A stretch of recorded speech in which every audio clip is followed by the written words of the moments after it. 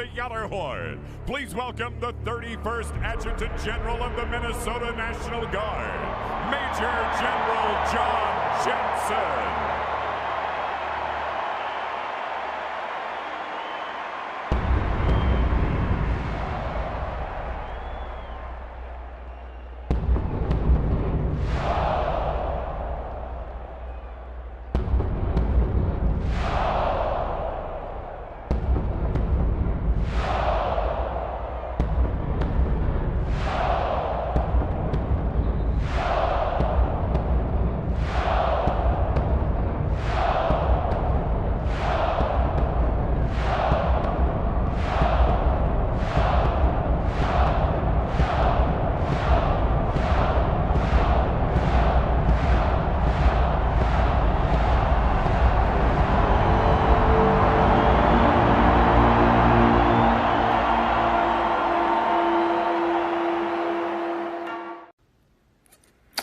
Well, hello, this is John Randall, Minnesota Vikings legend, and it is my pleasure to say, Minnesota Vikings fans uncensored, are you ready? Keith, get your people up. Let's go. Skol, skol, skol, baby. Let's go.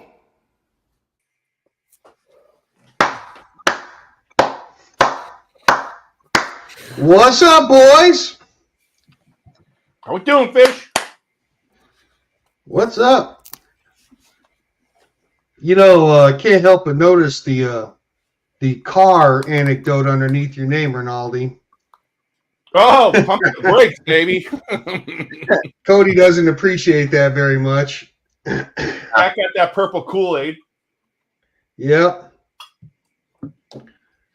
Yeah, buddy. Yeah, buddy. Why doesn't Cody appreciate it very much? Oh, Cody. Tires now. Tires.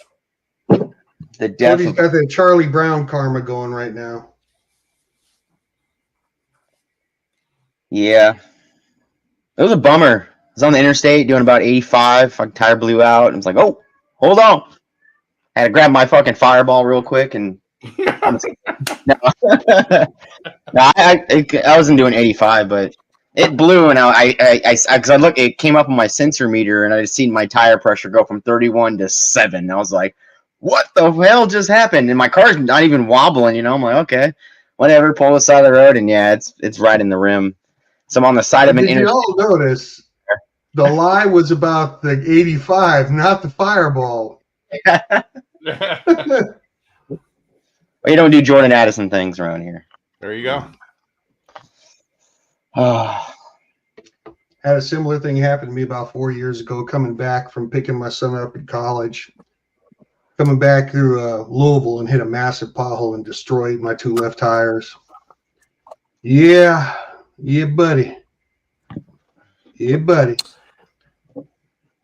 What up, he who greets with smoke? I feel like with the taxes we pay, there should be no potholes on the road. Ever. Minimum, America. You know, the Romans built roads with cobblestones like 1,400 years ago, and the shit's still there. Yeah, message your state representative. He'll fix it. Himself. Get to it. What we paying you for? Grab a shovel. In a suit. To the people who are watching already, Skol. Sound off in the comments. Let's go, baby. Keith is doing his Keith things in the background. As soon as he gets blah blah blah blah. As soon as he joins us, we get going on all 8 cylinders. Skol, Anthony. Skol, Anthony. My good news of the week is that I'm on my last mowing. I got one last mowing in upstate New York. It gets cold here quick. Nights are already high 40s, low 50s, man. I am ready to not be on that tractor this summer. Yeah. And I'm halfway done with my last one. I know Cody can relate to this, but we mow until like December around here. Do you really? Yeah. Skol, Lucy. Yeah, I wish I was back in Iowa where I just mow until late October and call it good. Yep. Oh. So started back at the gym, guys. Ready to roll. Get this thing going. Get my beach body ready for December. Go, Lucy. I feel you down. I feel you on that, fish. You know, Get your body ready for November. 2025 might be right there. Yeah. In November, I need to be able to ease up on those Murfreesboro Road girls. Like, hey, how much? Skol, Leonard. Hey, Len. So y'all riding high this week? Y'all riding high other than Cody, who just, lost a tire? You're actually kind of acting subdued, fellas. I mean, is this all right, we're done with that? We're moving on? What's going on here? Moving on. Next game. Yeah, let's go. This is the game that's going to matter. Yeah, this is a big one. They all matter. Oh, yeah, they all matter. For sure.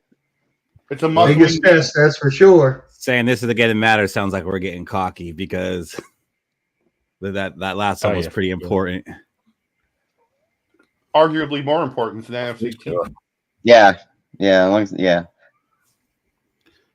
I'm sure we'll see him again.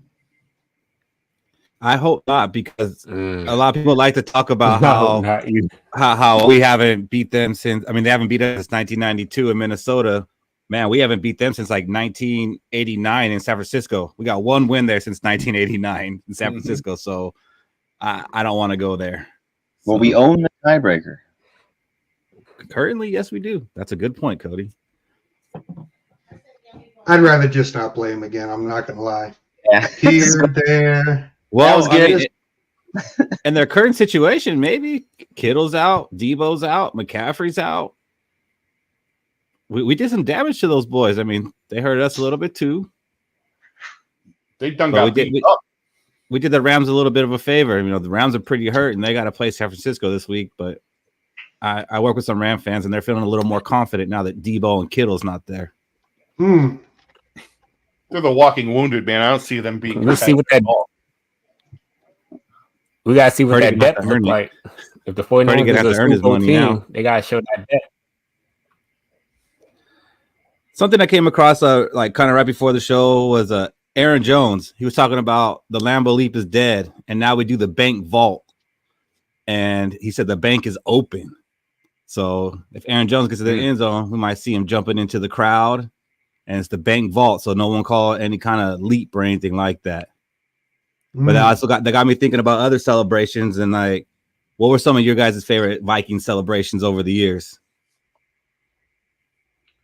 All right, so just like as a one-timer, I'm going to go to that bowling one where Harrison Smith was the spinning pin. But other than that, I'm going to have to say AP high stepping. The high step. Yeah. I loved Justin Jefferson's first touchdown catch when those dudes just fell down and then he grittied from like the 15-yard line. It's like the coldest. I don't know. They even said it on like the coldest celebration in NFL history. Dude, life was never the same after that. Yeah, you knew. Oh my God, this guy's going to be really, really good. I was like, "What's this rookie doing?" Out of nowhere. Out of nowhere. I got. Who is this guy? He's like, "Thanks for sharing." He's like, who was he? Randy Moss moonshot. Mike Breedy has entered. You're now free to move about the cabin. Move about, baby. I was a get your roll on guy. I kind of like that. Oh, the Culpepper, I liked it. But I mean, I like Culpepper. For some reason, a lot of fans didn't like Culpepper. The Brian Robinson, the fishing. How about the Jared Allen, the calf rope? That one, I love that one because I mean, it happened so often. Like he was getting like 15, 18 sacks a game, and like, my daughter, who's 24 now, she was like 12 at the time or whatever, and she would be in there doing that damn thing. I have so many videos and pictures of her doing that. I'm gonna have to bring that up one day. Maybe cool. Some kind of birthday thing. I get the karate, but karate kick. Yeah, the karate kick. And what was that? What was ease? He did the flex and then the bunny hop. The bunny hop, yeah. And the straight jacket. Oh man. Oh, too soon. Yeah. Yeah. I gotta bring up Kirk's dead arm one, man. I liked it when he did it, and I'm not. Did. Yeah. Kirk was a low key funny dude. Yeah. Better than he was a quarterback for us. Yeah. Did Shaq you bring one up yet? I'll say shit. The Minneapolis Miracle when Stephon Diggs threw his helmet. Game. I thought you were the Desperate guy. In the game. Ain't no one time thing. Yeah, the headbanger. Duck, duck, goose. Yeah, I remember that one. Yeah, that was a good one. There's a lot. Because we scored a lot of touchdowns, so it's hard to remember them all. Now, one that we don't like was the keg one. Because weren't we like losing that game or whatever? And they did 9-10 and they did that keg celebration. Wasn't that last year? Was it during a loss? I remember the celebration. I don't remember if it was a loss or not during a loss. It was a loss or it's losing. When did we lose? I can't remember losses. It's been so long. Nah, Lenny, it's always gonna be duck, duck, goose. I don't care what they call it. Gray duck. Duck, duck, gray duck. That's what it was. Yeah. They don't have geese in Minnesota. Apparently, they got gray ducks. Mm. You can tell none of us are from Minnesota or live in Minnesota. Sorry, Cody. They definitely have fucking geese in Minnesota. How do they not? Of course they do. They call them gray ducks. I don't know. Iowa's pretty close to Minnesota. I've never heard that gray duck. But, that's what Greenway's vodka is called. It's called Gray Duck. Yep. Oh, you just knocked off Grey Goose. It's wish.com. Mm-hmm. Yep. Damn, I never thought about it that way. But yeah, I guess that's what he did. Alex Hortis, aren't you from like New York or some shit? I mean, He's embracing the culture. yeah. Alex said, yeah. I think so. Alex went to the Minnesota State Fair, so all of a sudden he's a local. I know. Because he bought a deep fried Oreo in Minnesota. He's a Minnesotan. A turkey leg and a deep fried Oreo. I tell you what, Delicious. barbecue on the river is happening this weekend in Paducah, and tomorrow, yeah, Probably not going to hear from you. I'm gonna be in a food coma. Attaboy. I'll be sitting in a tire shop for about the next 3 to 4 hours. I'll be watching UCLA whoop up on LSU. I got a video drone I hope so. to my studio. I hope so. We really about to F around and find out. Are we going to go 3-0? Oh, Elvis. Elvis, I sure hope so. We're going to preview that game in a little bit. What's up, George? Skol, So George. after Aftercare, which if you guys aren't familiar, Aftercare is our show that we do after every Viking game. We were riding high, beating the 49ers, and we kind of asked each other, do you think we're going to get respect in the media, or are they going to blame it more on the 49ers? They didn't bring their game. And what you guys noticed throughout this week along the media, Cody? I read an article, just Googling through, seeing what's out there for information on the Vikings for the show. And there was, I think it was SI or was it ESPN? Someone called us pretenders. And I looked at it, and yeah, ESPN, and then it went to, they called us pretenders and they called the Saints pretenders.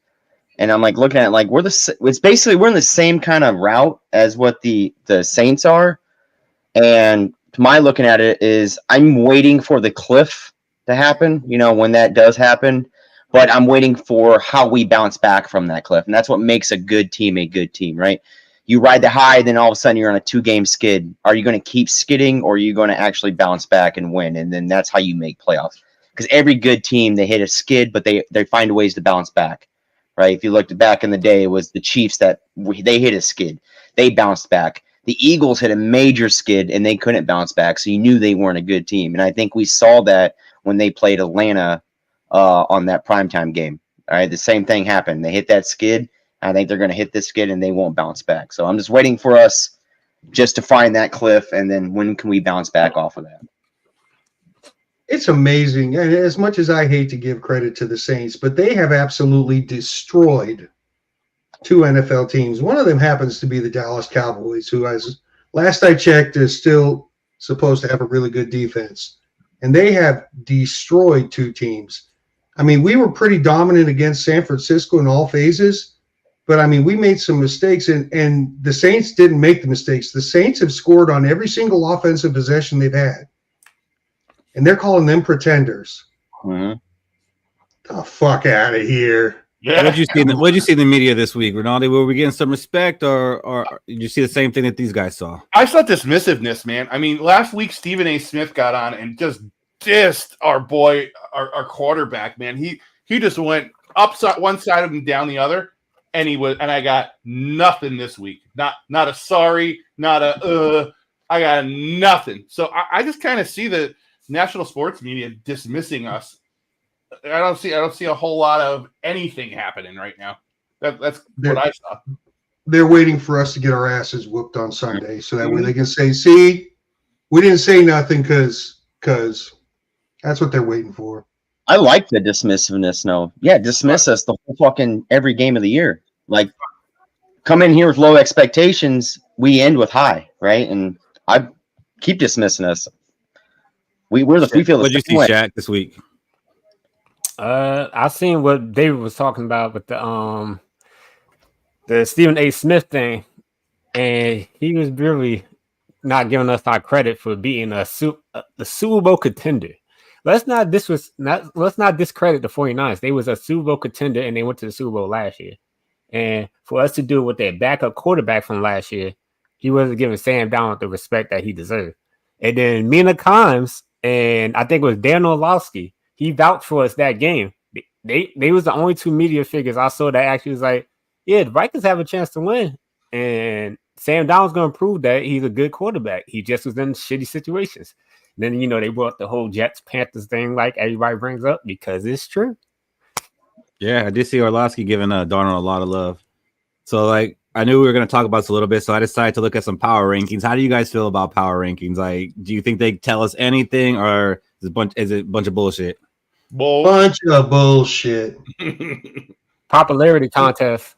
Yeah. Because it would be better if they would adjust week to week. But it's like, okay, if they start you at the beginning of the season, you're ranked 25th, and some other team is ranked 2, and you beat them, and you're 1-0, and they're 0-1. Okay, you're 18 and they're 7. Well, I mean, look out. College football does the same thing for rankings, right? If you're like in a 25th ranked team and you go beat a number 2 ranked team, your number should be in the 10, but you're probably going to be like in those teens, right? And they're only going to drop down to like that end of the 10 range. It's just because it's so early in the week, in the season. I mean that's where those rankings get all messed up and piss us off.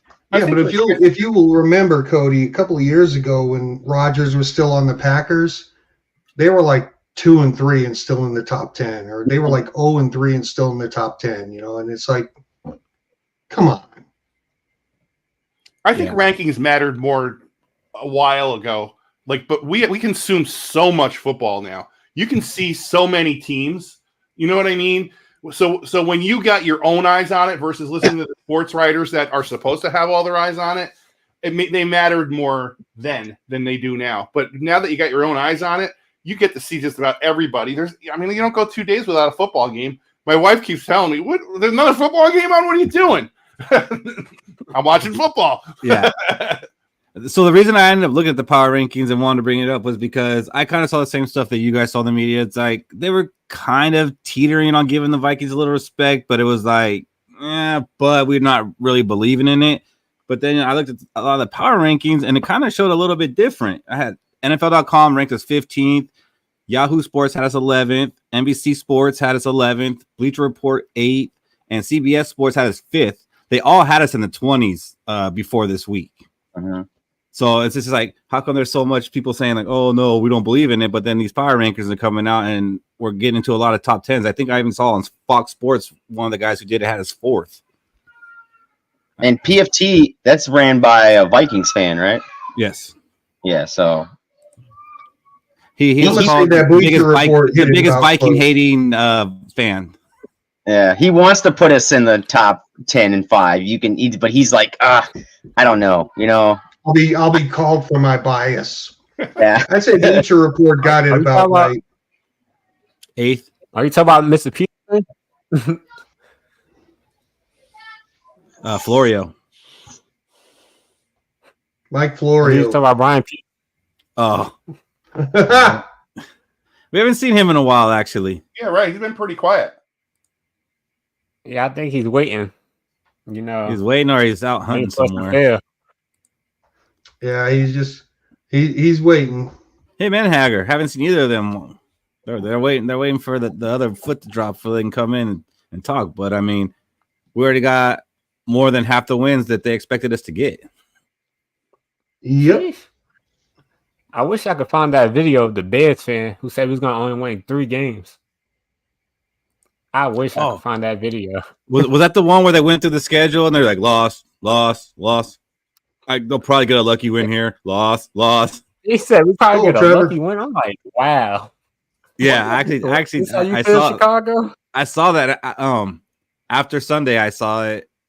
Somebody else like reposted it and like questioned him. I mean, I didn't go through a read and see if he responded back to it, but somebody did like, "Hey, what's up with this?" So somebody did go at him with it. Wasn't that guy just Brian Peterson and Brian Hagar, who are too cowardly to come on the show right now? No, it was actually like on like Twitter and stuff. I know. I was making a joke. Sorry, wasn't good. Yeah, they're not ready to take the smoke. Like, Fish, I think we're gonna find some room to give you a little bit of smoke today. You asked for it, you're gonna get it. I wasn't gonna give it, but now I will. Yeah, I only finished more beers. What's that? That doesn't look like a bush. Is that a bush? It's Keystone. I got to buy new tires. Wow. Shaq drinking the purple drink. Oh no, this is a cranberry. It's close to purple, man. It's a little Texans color right there. Congratulations, Monk. Congratulations, 10 months smoke free. I'm about a month and a half. Yo, Unc, whenever you about just 53 years. Never, ever, ever? Never, ever, never, ever. Wow. Impressive. Never even smoked a cigarette. Respect. So let's go over this 49er game where the Vikings beat them 23-17 to move to 2-0 on the season. That's a streak, right? 2 wins, that's a streak. The trend. It is a trend. It's only happened, I think, 9 or 10 times in history of this franchise. You know what's funny? Like I saw a lot of 49er fans like talking before the game, and they were actually really worried about the game because of the whole streak thing that they haven't beat us since 1992. Like I run a football pool, and I actually had people like hit me up and like, "Hey, can I switch my pick to the Vikings because I just saw a stat?" Mm-hmm. And then they were trying to switch. So I was like, "What's that stat? Maybe I'm not familiar with it." And then they would say that. I was like, "You want to switch your pick because of that? All right." Betting's all about wins. Like. Were you guys surprised at all that it's been since 1992, or did you already know that? No, I'll say it's more so, we got the home field advantage. We sleep on home field advantage when we have a good team and how the Vikings fans actually show up. There's a lot of 49ers fans at the last home game, but, we usually show up. And when it's loud there, the defense is, you don't know who's coming. We play to our home field advantage. So I can't put that past the 49ers for, struggling in our home territory, because when we play our game, we're a hard team to beat. I seen a little stat that it was 27% of ticket sales went to Niner fans. Yeah, I saw that too. That's a lot. That's a lot. I saw it was like 34%. Oh yeah, 30. I mean, that's a lot. It is a lot. I mean, there was a lot of red on TV. There really was. Yeah, sure. It was kind of disappointing to see that here from California. But now I think we'll see a lot more purple home games instead of. I'm pretty sure people are starting to believe. Maybe the tickets got more expensive and they're going to sell them. Yeah. Now they got more expensive, right? Or they've already sold their tickets to the Houston fans, so that's too late. Mm-hmm. Kind of piggybacking on what Shaq said, though, going a little deeper with it. In the 90s, they had Steve Young, so we were probably playing them in San Francisco. And when we got into the late 90s, it was us that was the good team, so we were probably playing them here. So, I mean, it's surprising that we went 32 years, but when you think about how the teams have gone really hot and really cold, it kind of makes sense because one team will have the home field advantage and be a way better team. Everybody, let's give Elvis a Skol, please. Elvis, Skol, my man. Skol, Elvis. Skol, Elvis. I said Skol, Elvis, as soon as he said hi the first time. I know you did, Fish, but come on. But this is his first time on the call that we know of, so he gets the extra love. But don't ask for it again, Elvis. Elvis, Skol, Elvis in the little profile pic right there. Get a little baby Sam Donald jersey. Yeah, baby Donald. Something that caught me off guard a little more than they haven't beat us here since 1992 was this is our first time starting 2-0 since the 2016 season. That surprised me way more. Yeah, that was. Yeah, let's not bring that up though.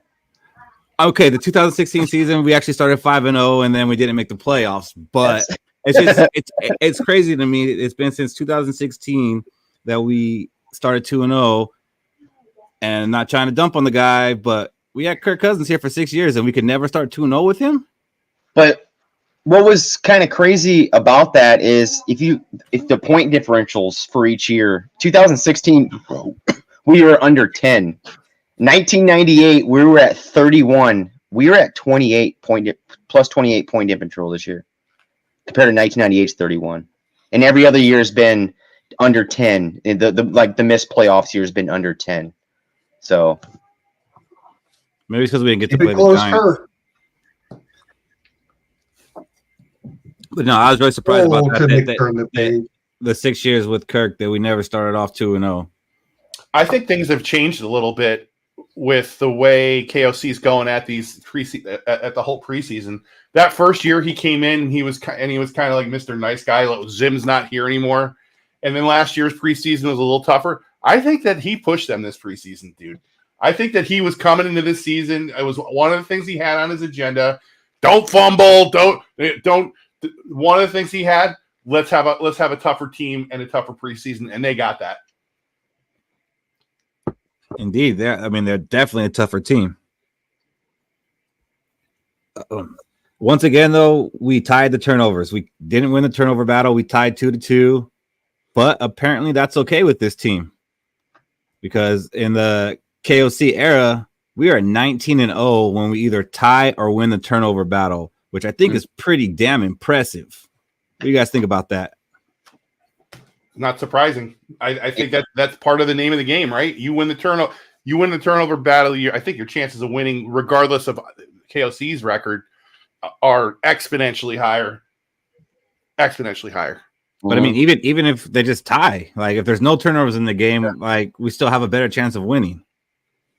I think that it means that Kirk Cousins needs a little bit of extra help to win a football game. Say it one more time. I couldn't hear you. I'm saying, I think next week we're gonna have like a Kirk Cousins segment, and we're gonna let it all out, and then we're not gonna mention the man again till we play him. Till we play him, and that's fair. Woo-wee. That's fair. We mention everybody we play. That'll be the week we'll bring him up. I just remember that night. I just find it surprising looking at the point differentials, and you got the 31 from 98 and 28 from this year, right? When was the last time that we brought in a free agent quarterback and had the number one wide receiver in the league on the same team? In 1998, right? Yeah, about to say, yeah, probably 98. Right, like now we're looking at something. And 99 with Jeff George. No. Well, our point we didn't start 2-0 in 99. I'm just saying. Starting 2-0. Yeah, starting 2-0, 31 point differential to this year's 28 point differential. We signed a free agent quarterback. They signed a free agent quarterback. We have the number one wide receiver in the league. 98, we had the number one wide receiver in the league. It's a little similar. Like Cody's been drinking a little more of the purple Kool-Aid than he has been. He's like getting very optimistic. Hey, trends. Gotta pump those brakes. Like the trend you following. I like the trend you following. But I think when Sam Bradford came here, when Sam Bradford came here, we started 5-0. We didn't have the receivers known in the NFL at the time. That's when they first emerged. Thielen and Diggs. Yeah, that's when they put the NFL on the map. Yep. But suddenly they were superstars the next season, right? When it was Case. Yeah. Yeah. Get out of here with that. All of a sudden, oh no, they're all pros. Like, what are you talking about? Yeah, all pro wide receivers. But with Sam Bradford, they were just getting their feet wet. They were just getting their feet wet. I wonder what the biggest play in that 98 season was. Was it a 90-plus yard touchdown pass? Probably. I mean, the only play I really remember is the Randy Moss's first touchdown. Mm-hmm. It wasn't 90, but it was freaking beautiful. Even though he bobbled it, it was the most. I remember that damn Thanksgiving game. Oh yeah. The flea flicker. Mm-hmm. Hey, this is the first year that we won't be playing on a holiday either in a while. That bums me out. I like holiday games. God. I like holiday games. It gives me a reason not. It gives me a reason not to do the traditional shit I don't want to do for 3 hours. Hey, we don't have to play the Saints on a holiday. Zimmer already played Kamara. 10 total touchdowns the last 2 times that he's seen Kamara. Yeah. Zimmer can't stop him. So something that stood out to me in this game was that the Vikings defense held the Niners 2 of 10 on third downs. Like, that's solid. That's how you win football games. And they went for it on fourth down three times, and they only got it once. Like, they were playing solid defense all the time. Like, they gave up a lot of yards, but like there were never really too many threats of them scoring, except they got down to the goal line, but we stopped them on fourth down there. So I was very impressed with that. And another thing, we were 7 of 12 on third down conversions, which is something I'm not used to. Usually when it's third down, all right, I'm getting ready to punt. But no, man, we're converting. You guys notice the same thing? Hell yeah. Yeah. I think that was and I think the 7 and 12. Not 3rd and 1 either. Yeah, right. Yeah. I think the 7 for 12 on third down was the bigger surprise for me. And other than more than what they could do on third down, right? Because you put CMC in the game, he can be out in wide receiver and like he can mesh your whole defensive game plan through that. And he's probably the one that they look for on third and those downs, right? And for me, it was just us going 7 for 12, and they weren't even third and short. They were third and mid, third and long. We were just completing, and against that defense, that was a healthy defense too. So I think that was huge over what we did against San Francisco. I also think it's another point of emphasis, like I was talking about with KOC. He keeps calling them weighty downs. We've been amazing on third down, and we've been pretty damn good in the red zone, guys. We're not kicking those field goals. I think that's a huge point of emphasis. I think it's one of the things that changed, and I think the running back situation and being a little bit more of a nasty O-line and getting that run game going is adding to it. So those are that's another point of emphasis from KOC. I got to give him credit for. And Ty Chandler's getting better every game. Fuck yeah, 5.7 a carry, bro.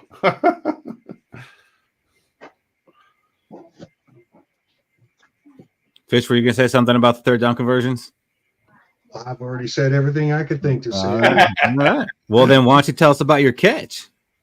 All right. So for those of you who might not know, every week during the regular season, we do what's called Fish's Catch. I go back and I rewatch the game, and I look for a pivotal. I can't say that word this year, fellas. A pivotal play where it turned the tide of the game, where it was like a landmark play where I said, this is where it happened, win or lose.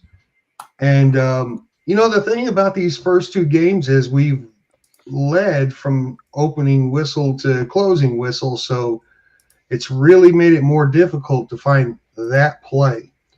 So when I rewatched the game, it hit me right off the bat, and there were a few other plays that could contest for it. But I'm going with the Metellus interception in the 3rd quarter. And here's why.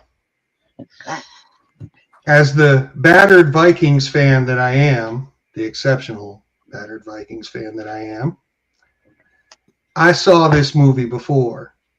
We're up by 1 score. It's late in the 3rd quarter, and the 49ers get the ball. And all I could see was, here's where the game changes. They're going to drive down the field. They're going to score a touchdown, take the lead. We're going to start to fall apart. But deep in their own red zone, old Brock Purdy throws a pass. And if I recall correctly, like just air current must have hit the ball wrong because it kind of veered. I didn't see a player touch it. and then it kind of bounced right in the hands of Josh Metellus.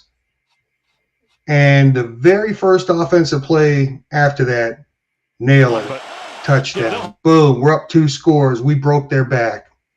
It's really interesting. I thought the doors were closed, but sure enough, watch. I mean, I don't know what changed the direction of that ball. But yeah, It was a there ghost. it is, baby. It was a ghost. It was a ghost. It was Brock Purdy not knowing how to time his receiver up. Yeah. So, yeah, like 13-7, 6:53 left in the third quarter. Here we go again, guys. They're going to drive down the field and take the lead, and it's going to be stressful. And now, all seriousness aside, what a hell of a play by Cashman. Cashman, man. Look at that. It's not like Purdy was pressured at all, and he had a clean pocket. He probably That's wasn't just a hell of an athletic play by 51 Mhm. to get in there and disrupt that pass. You see it? I saw it. He probably wasn't pressured that play, but he was pressured the whole game. So you know, even though he wasn't pressured during that play, he already feeling, oh, I gotta get the ball out.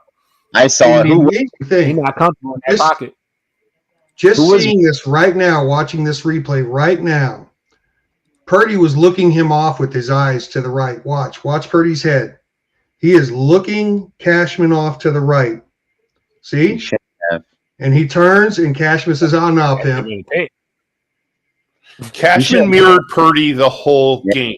If you watch that play and you watch how Cashman moved with his head, yeah, you could look him off to an extent. But the second his head went to the other side, Cashman started moving immediately. He did that all day long. That is exactly how Cashman played that game. And that shows how bad Purdy actually is as a quarterback too. That's gotta catch that though. Purdy looked him off. All right. Then he looked at the receiver he was going to throw to, but someone came open in the middle right there in the mid level. Sure. That he could have looked back at and threw the ball for a first down right there. For sure. I will say this, guys, on an off track, watching that game, I thought Brock Purdy's was holding that team back. Oh, I think so too. It's an Iowa State quarterback. He's Kyler Murray without the arm talent.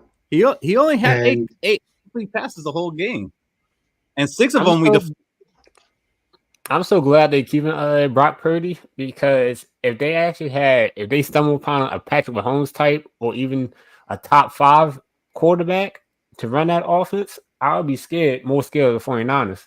Because he's talking about the Saints, they scored every drive. Imagine the 49ers had an offense where they scored every drive. The 49ers are stacked everywhere. They are stacked everywhere. I think the offense changes though when you don't have CMC, because you can't throw the ball to running back, and that's a big portion of what they do. Like, Mason's good, but Mason's good at running the ball. He's not out there. Like, we didn't even care about Mason on the field. Like, when he moved out, we said, nah, we don't care about you. Nothing seemed we didn't even look at it. Nothing seemed to be happening in the Platinum game. It was nothing center that, that 5-yard crossing pattern that just wasn't happening in this game. I expect That's coming, Alex. That's coming, Alex. Yeah, it is coming too, bro. So we're losing the Facebook comments again this week, guys. So you know they're not coming up. Damn. Yeah, I know it. What about YouTube comments? You can see YouTube. YouTube's coming up. So if you guys are on Facebook, I suggest you watch it on YouTube, because the comments aren't populating on Facebook, and that's why I really haven't even advertised that we're going to be showing this on Facebook, because it's just not working out too well. So it's time to migrate to YouTube. If anybody needs help setting up accounts, like, we can help you with that. We could be your YouTube IT or whatever you need, but we need you guys to move to YouTube because YouTube isn't, Facebook isn't cooperating with the streaming applications that we're using. And Garrett Wilson just got a touchdown. They keep moving the goalposts on us. Skol, Emerson, and Skol to our man from Australia. So did anybody else have a play that stood out to them that you thought, like, where you started feeling confident about the game? Like, oh, you know what? I went into this game a little bit nervous, but I'm feeling like we could win this thing. Oh, yeah, Cody? What was it, Cody? 97-yard fucking bomb. When that thing went south, if we can do that from our backed up, pinned up in our own goal line, if we can do that to that Niner defense, oh, this game's fucking over. This game is over. If we are able to do that against that defense, this game's over. Are you talking about this play? The 97. There's no way we scored right here. Good block by Jones. Boom. Up, clean pocket. Look at on the run. He catches him on the run. Like JJ maybe had sloped a tiny bit, but it was on the money on the run. This is the team that took the Chiefs to the brink, and final play of the game was a touchdown for the Super Bowl. That's the defense, and we just went. I mean, watch this route. He's gonna come in over here to the left side of the screen. Free motion. I like the way he catches it, man. He doesn't even put his arms up until the very last second. I got a better view. Look at nail it. Damn, look at that ref. Yeah, the ref was cooking. The ref was getting a lot of props on that thing. That ref got run like a 4-3, 4-2. I know the ref was the fastest man. This is where you can see the Jefferson's whole route, and like he just cooks them. He runs right between them. He cooks them. Look at this. I'm open. Yep. That's hell of a play call. And then look, he's even double teamed. That's ridiculous. Great play calling. We pay him for it. Isn't that what we said, Cody? This is why you pay him. Pay the man. If you watch the O-line, though, man, they had 3 guys on Bosa in the end zone. Aaron Jones was a hell of a block, too, up the middle. Yeah, he did. Oh, yeah. That was a ballsy call right there. Boom. 3 guys. He had that nice chip block. And would you like to see? We didn't really see Kirk do that much when he steps up to the pocket because, as a quarterback, you can't just step back and then stand right there. You got to maneuver with your pocket. You got to have some rhythm because not every time the pocket's going to be perfect. Darnold steps up beautifully, Shaq. It's a great point. There's some of your smoke. There's some of your smoke, Fish, because you were the only one out of all of us that was saying that we shouldn't pay him. So there's some smoke for you. With Sam Donald. We're still not at 1,500 yards and 18 touchdowns. I didn't want to dump JJ. I didn't want to jump JJ. I wanted to trade him for a lot of other assets. And I'm still not over that yet because of one play, because the reason that scared me about him ended up happening later in the game when he got injured. Oh, he's fine. Hey. I know he's fine this time, but that's what happened last year. Every game he'd get banged up, come to the sideline. Okay, he's fine. And then it happened. But we watch defenses try to take out Justin Jefferson. Like, we've seen it. Where you'll go for the ball and they just hit him, or they'll hit him hard. Like against the Colts game when Gilmore and them were just drilling him because he was just smoking him.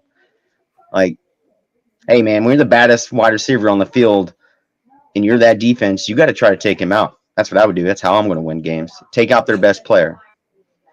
And I am not waiting for Rich JJ's failure. I've established my parameter, my threshold, where I've said this is what's going to make him worth the money in my eyes, right? Right? You did. So let's see him get there. And he's on his way. He's on his way, and I couldn't be happier. For me, what made me start believing we were going to win is when we stopped them on that first 4th and goal, and then we went down and got the 97-yard touchdown. But stopping them, like, oh my gosh, I was like, you know what? We actually have a chance to win this game. Mm-hmm. But my favorite play was this one. Oh, this dart. Like, looking at it from the side, I had my butt clenching. But when you look at it like this, no one else is going to catch it but him. That was a big 3rd down play, which last year, I don't know if we make this play. Is that triple coverage? It's double. I mean, it's at least double. 1, 2. That's 3. It's a zone, but yeah. Yeah. He found the spot. Put it in there. And this was 3rd and 8 by our wide receiver 3. 3rd and 8 on this play. That's a Madden play. Hit the seams and cover 3. Bang. Touch. Velocity and touch. Never let the slot man turn around. Sam Darnold threw it before the slot could even turn around. Perfect. Timing. So, there's a lot. Like we could really just talk about this game all night, but It was tough. We got other things to talk about. But I do want to remind people who'd your guys' game balls go to? Fish. Aaron Jones. You just went to Aaron Jones. Yep. Before or after? Excuse me. I'm sorry. That was week 1. That was week 1. My bad. My game ball. I'm trying to find it. Wrong Jones. Patrick Jones. Okay. DJ. 2 sacks. That makes sense. 2 sacks. Did a great job setting the edge against the run too. Yeah, Patrick Jones. My bad, fellas. My bad. I was like, yeah, he actually played well till that fumble, but game ball. Patrick Jones definitely deserved it. I think he already has matched his career sack total this season in 2 games. I think he needs to retire right now. Shaq thinks we need to trade him right now. Trade him. Get that pick. Shaq, who'd your game ball go to? My game boy actually went to Cody's boy, Ty Chandler. He had 8.2 yards of carry and only gave him the ball 10 times. Cody, do we have a running back tandem? We got a little running back tandem going on there. Do we got a running game, Cody? We got a little running game. Coach running the ball? Coach running the ball. I think he's got the talent now to run the ball. Who'd you go to, Rinaldi, on your game ball? I had the offensive line on the aftercare, and I still have the offensive line. They played really, really well. I know Darisaw got beat on that 1 sack, and Ingram had 2 pressures, but you add it all up, that was close to an elite game against an elite defense. Yeah. They absolutely killed it, man. And he had time most of the day. And I want to just throw this in. After watching a whole lot of other football this weekend and last weekend, our offensive line is pretty good. There's not a lot of good O-lines out there, guys. I mean, you got to look at what we really got. I am sick of that narrative. It is officially over. Sorry. What's up, Brent? And although I can't see Unc right now, I know he's saying, I try to tell y'all that they had a good offensive line. I know he's saying that right now. You. I like your O-line thing, because in the past it was, we're gonna have one player wreck our game, right? Nick Bosa wrecked. He was back there wrecking, right? But we didn't see another player on both weeks 2 and week 1 chime in to wreck us, right? Lawrence, he wrecked us too. But we didn't get to see another player like Thibodeau or Greenyard coming in. Greenyard, whatever that Drelaw, Greenyard, whatever his name is. We didn't see that second guy come in to wreck us. That's super solid. He's an all-pro for a reason. He's going to get sacks. That's just what's going to happen, right? What's your game ball go to, Cody? My game ball, again, I'm 2 weeks in a row. It's going to go to B-Flow. The defense was nasty. How many sacks we get that game? 6. 6 sacks. It's nasty. Put Brock Purdy out there on an island and make him fucking not see ghosts. And I think he was scared of the pressure the whole game, even with that Metellus interception. He was worried that the pocket was collapsed. He was in a clean pocket. He's just super worried about the pressure. And I think it goes to B-Flow again. Facebook comments are populating right now. We'll see how long that lasts. Mine went to Cashman. The man was everywhere. He had 13 tackles. He had a sack, pass deflected, could have had that pick. He was everywhere. I think the people who didn't see him are seeing him now. I think he might have been the name I heard the most whenever consuming media. It was Blake Cashman this, Blake Cashman that. And it was a very underrated signing that it's already paying dividends in 2 weeks. I know we was talking about doing the all season. We was like, I don't see no real plays from Blake Cashman. It's kind of hard to find what he's doing good at. But then Texas fans, some of them actually was kind of hyping him up, saying, yeah, he's a good linebacker. And I never bashed him. I just I just need to see it on the field. I never watched him that intensely to know he's like that. Me either. I mean, when we did the first wave of free agency, I went back and tried to watch as much as I could and read up as much as I could. And everything that I saw in this guy and read about this guy, I was like, man, this is going to be like our Greenway Kendricks type player. We're going to fall in love with this guy. I have a hot take that he's going to lead us in tackles this year. I saw Fish didn't see it, but I think he is now. Right, Fish? You see it? It was a ghost. Huh? Smoke. You see that smoke? I see a little smoke. All right. I'll take it all today. Get it all out your system because next week I ain't taking shit. I don't care if we win I do by believe 40 that's this true. week. We win by 40 this, I don't care. How disappointed are you guys into Ivan Pace? Like bringing Cash, like they brought Cashman over for a reason, and it felt, and we're seeing it. And apparently they're still looking for another linebacker. Yeah.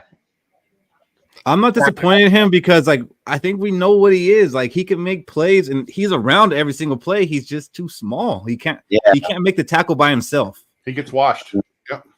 Yep. But like, he's smart. He's smart. He's got good instincts. Like, he can get to where the ball's at a good time. Like, he can't make that tackle by himself. Yeah. You got to give. Go ahead. No, that's whatever. I think you got to give Kwesi Adolfo-Mensah a little credit on the people that he brought in this offseason. We got 5 new starters, a lot of question marks, and every one of them's playing pretty damn good, boys. You really can't pick one. Oh, gee, that guy whiffed. There's no Davenport out of this group after 2 games anyway. There just isn't. All right, well, let's do final takeaways from this game. Cody, what do you got? Final takeaways, Sam Darnold. I don't know what KOC is doing with Sam Darnold. I mean, we're seeing a couple mistakes, here and there, but he's controlling those mistakes, in my opinion. I think KOC's like, hey, wipe it off. It's the next play. Next play throws a 97-yard bomb. You know what I'm saying? Like, he's controlling what Sam Darnold. He's using him for what he has to use him for. He's not, hey, go out here and sling the ball to JJ every single fucking play. All right? It's okay to hit Naylor up the seam. All right? It's okay to hit your 4th string, 5th string wide receiver on this little out route. It's okay to dump it off here. Don't feed JJ. JJ don't need to be fed. He had 4 catches? Do you have 4 catches again? Mm-hmm. Yeah, 4 catches. Right? JJ will make a play. You don't have to force feed him to make those plays. All right? And yeah, don't be like Kirk Cousins and force feed the man. I get it. You're paying him a lot. And it's crazy when you pay a lot of money to someone, you are trying to give him the ball all the time, right? And KOC's thinking opposite of that. He's like, hey, we're trying to win games. All right, we're not trying to throw you the ball multiple times because you're the highest paid wide receiver in the league. And that's my biggest takeaway. Controlling. What about you, Fish? What are your final takeaways from this game? All 3 phases of the game, dominant. Everything clicked right. We needed it to, because we did have 2 boneheaded turnovers in the end zone, and I think that's the only reason why we were able to overcome it. Fair. Shaq? Basically, they said the Giants is a sucky team, so that win don't count. But to Fish's point, like last week, all phases of the team, you actually played like a whole, full, complete NFL team. Special teams, defense, and offense. I will say we need the team to stay as healthy as possible to continue to ride, because I don't want to rely on Sam Darnold to be thrown to our 5th and 6th string receivers and then talk about, see, he's trash. Yeah, because we will do that. Rinaldi, what are your final takeaways on this one? I think that we're hitting the points of emphasis that KOC wanted to hit. Turnovers, be nasty, and weighty downs. We're hitting all 3 of them right now, and as a result of that, we're 2-0. And in my opinion, 2-0 at this point in the season, I wanted us to be 2-3. We're playing with house money now, man. We take 1 or 2 more of the next 3 games, man. We are in a really, really good position. This schedule gets soft in the middle, just on the other side of this thing. We go a lot farther than we think we can, man. So let's play with this house money. Let's look good. Let's keep winning those points of emphasis, and we're gonna be okay. Get inside, Robbie. All right. Well, for me, it's after 2 weeks, they've made defense fun again. Like, when we're on defense, I don't get scared or worried. Like, I'm actually interested to see what they're gonna do. Are they gonna make a play? And some of our best seasons, we also had good defenses. Like 98, we scored so much, and we're just on offense was just so good. It's like, I got more excited when the defense was on the field because I want to see what they're going to do. And like I'm kind of already getting that same feeling about this team. Our offense is good, but we expect them to be good, even with Sam Darnold at quarterback. And hey, maybe we're just seeing the Sam Darnold that never really got a chance. But our offense was expected to be good, and we're still waiting to get Hawkinson back. It's even going to get better. But the defense, I don't think we had the expectations to do what they've done in the first 2 weeks. And it's fun to see them on defense again. I'm not worried that every time we give up the ball, we're gonna let them score. Like we're gonna get some sacks and we might get a turnover. Like, and that's not something that I really expected over the past few seasons. So I think a lot of perceptions have already changed about this team from a few weeks ago to right now. So I mean that's my biggest takeaway. We beat a Super Bowl contender. And let's ask somebody who's at the game. What's up, Robbie? Oh, that guy. Hail, youngsters. Hey, what's up, buddy? So, Robbie, you were at that game. Give us some takeaways from that. First of all, Keith, you were right about something. Now, I don't say it too often, but I will say this, bro. I had the worst seats, but I sat around the best people. Like I honestly did. Like I'm not gonna lie, those nosebleed seats, those I hate to say, I'm a seat snob, but those motherfuckers, those were my people up there. I'm not gonna lie. Like we were going nuts at that 97-yarder. I had some dude sitting down, fucking around his phone. I was pretty drunk. I slapped that phone out of his hand and shit. And I was like, "You pay attention to this goddamn game." I didn't know the dude. I didn't care. I didn't fucking just get the fuck out of here. Slap that shit right out. His friends like they fucking pay attention to the goddamn game. My favorite two fucking players are a serial killer and a goblin, and that's just kind of strange.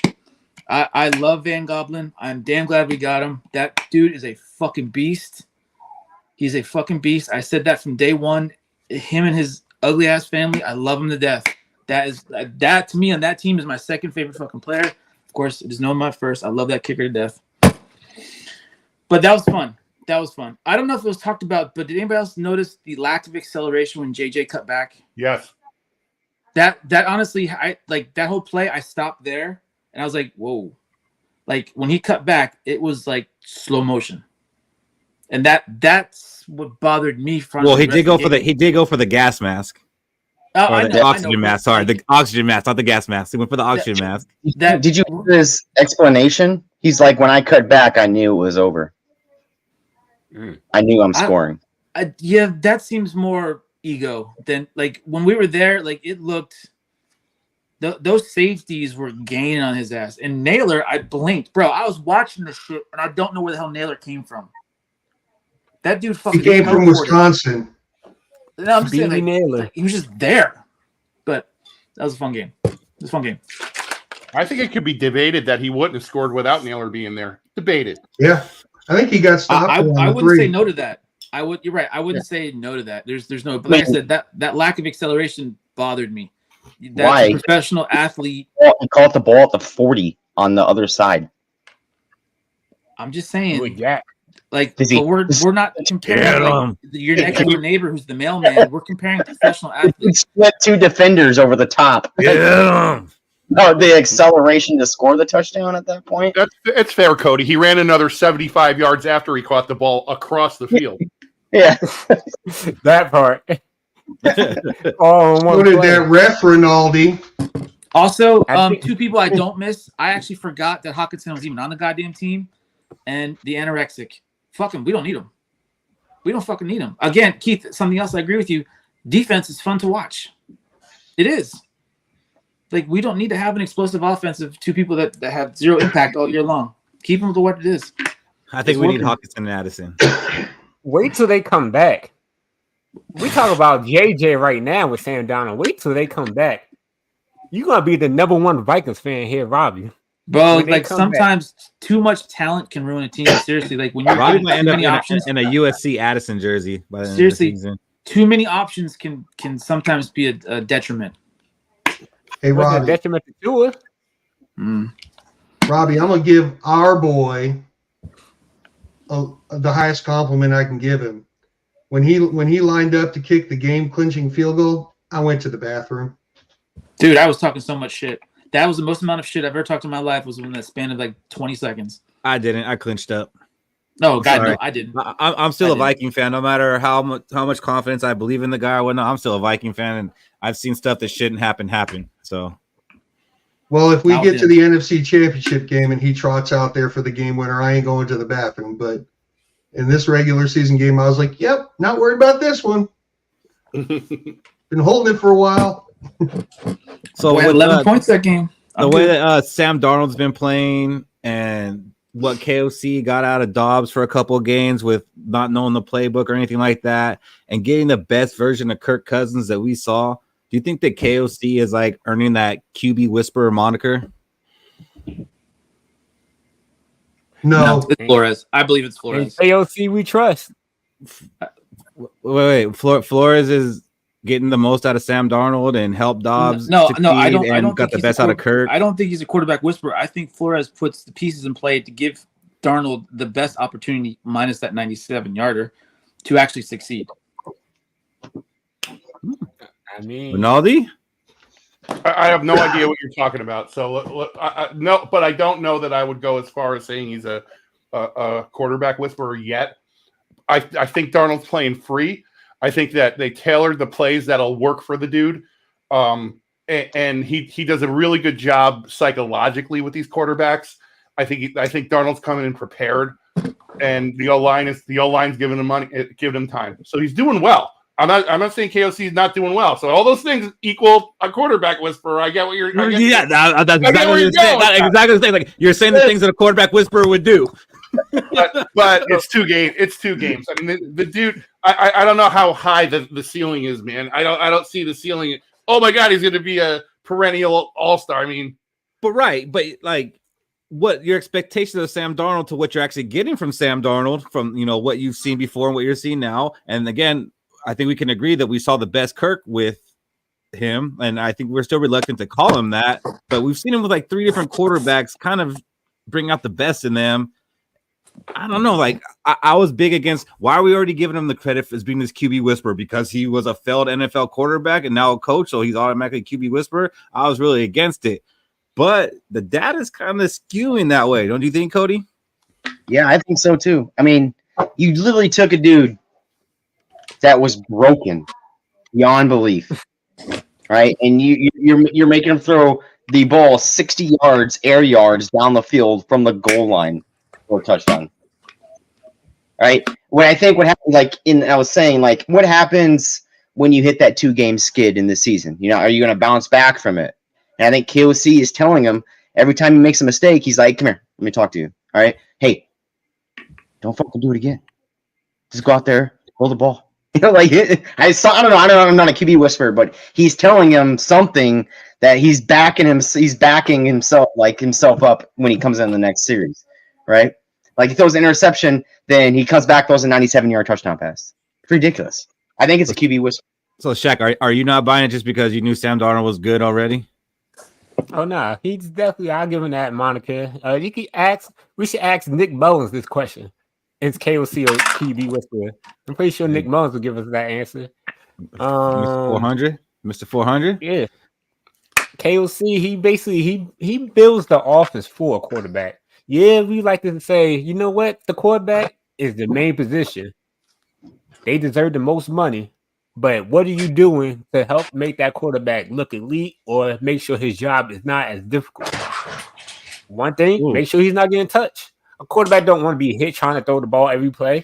That's early. That's ruining his rhythm and his mechanics. So what do? We make sure we get that old line set. Sam Darnold, we know you can make the throws, but you get a little wary when we let you get hit. So we're gonna work on not letting you get hit. And then you got receivers. They're gonna be at this spot. Just get the ball to that spot. I'm gonna call the plays. JJ right there. Manley should be here. TJ should be there when he come. TJ Hawkinson should be there when he come back.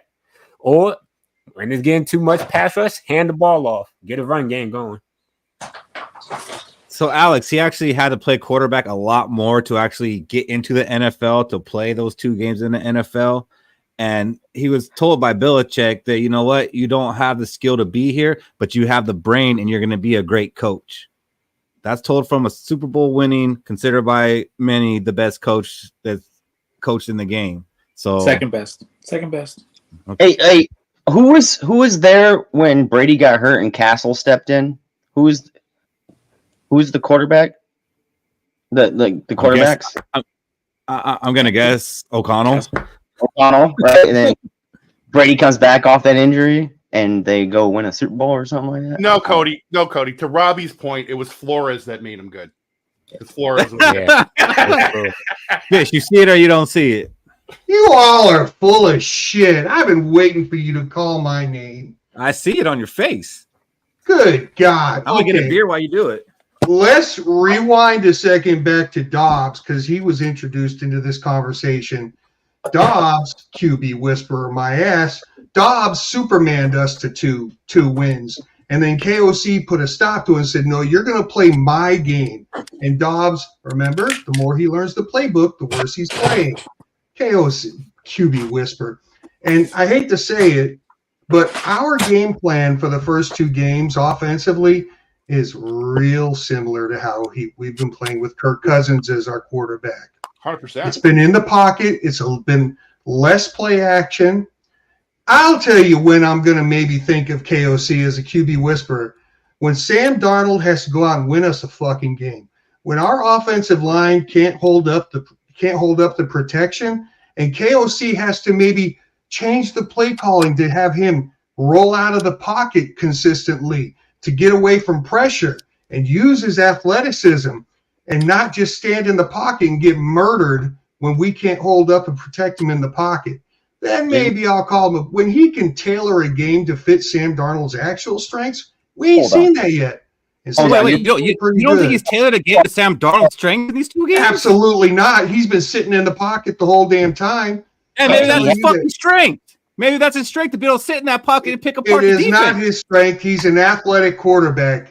And what I'm saying is that when the protection breaks down, Mr. Hansen, and he can't stand in the pocket, is KOC going to let him stand in there and get murdered? Or is he going to change his game plan to allow him to roll out and get away from the pressure and use his athleticism? Have you watched the games, Fish? Because he's done that. Yeah. He's ran for first downs both games and not 2 yards up first the down. middle. He's ran up the middle. He's ran That's the not ball. a change. He's escaped and ran the ball, and I didn't see him getting Kirk chewed out on the Cousins ran sideline. the damn ball. I mean, Okay. He had more. He had carries for 32 yards. Aaron Jones had not. he averaged 6.2 yards to carry that game. 6.4 yards to carry, man. It's the game plan. He's just got. You might need to go to work at 3:30 on Sunday, so you don't Yeah, miss man. it. I'm sorry. Well, he ain't no damn quarterback. When he has to alter his game plan to win a game, then he'll be a quarterback. Fish is like, give me the smoke, and I'm going to create more fire for smoke. Yeah. Just wait till TJ and Addison come back healthy, and we have JJ healthy. If we all stay healthy on offense, just watch that offense click. Yeah, look I see out, it man. now. I agree with you. When there's smoke, there's fire, and I see the fire. Oh yeah. Having a point differential of plus 28 through 2 games without having our main superstars on the field, pretty crazy. And next guest, I need you to shake your head yes or no if Casey is a QB whisperer. That's how I decide if you can come on or not. Yeah, you. Good. Yeah, you MVP. Question: like, why is KOC? Do you think KOC's earning his title of being a QB whisperer? Yeah. Thank you. That was dicey. I wasn't gonna let you on unless you told me in the green room first. Oh, I see what's wrong. You drinking that damn core water? I like core water. Oh, it's not hey, made man, by it was Coke, two right? for it was $2 for $4, man. It's hard to pass up 2 for $4. Oh well, okay. You know, If it's on just sale, water. I mean, It's not made by Coke, right? It's still light behind Lenny again. What is it behind Lenny? It's still light out. Oh no, yeah. No, I'm in a hotel room. I'm actually in Minneapolis. I started a new job this week. I'm onboarding right now in Minneapolis. Cool. Are you gonna be able to go to the game? Oh yeah. Son of a I'm bitch. starting to. No, I wish. That'd be cool as fuck. But no, it's a traveling position for another company, and their corporate office is in Bloomington. So nice. That's where I'm at right now. I got down here on Monday. Are they hiring? Yeah, they are. You got any skills? You got any skills? No, I don't know if that. I don't have Drinking beer podcast. I'm pretty skillless, to be honest.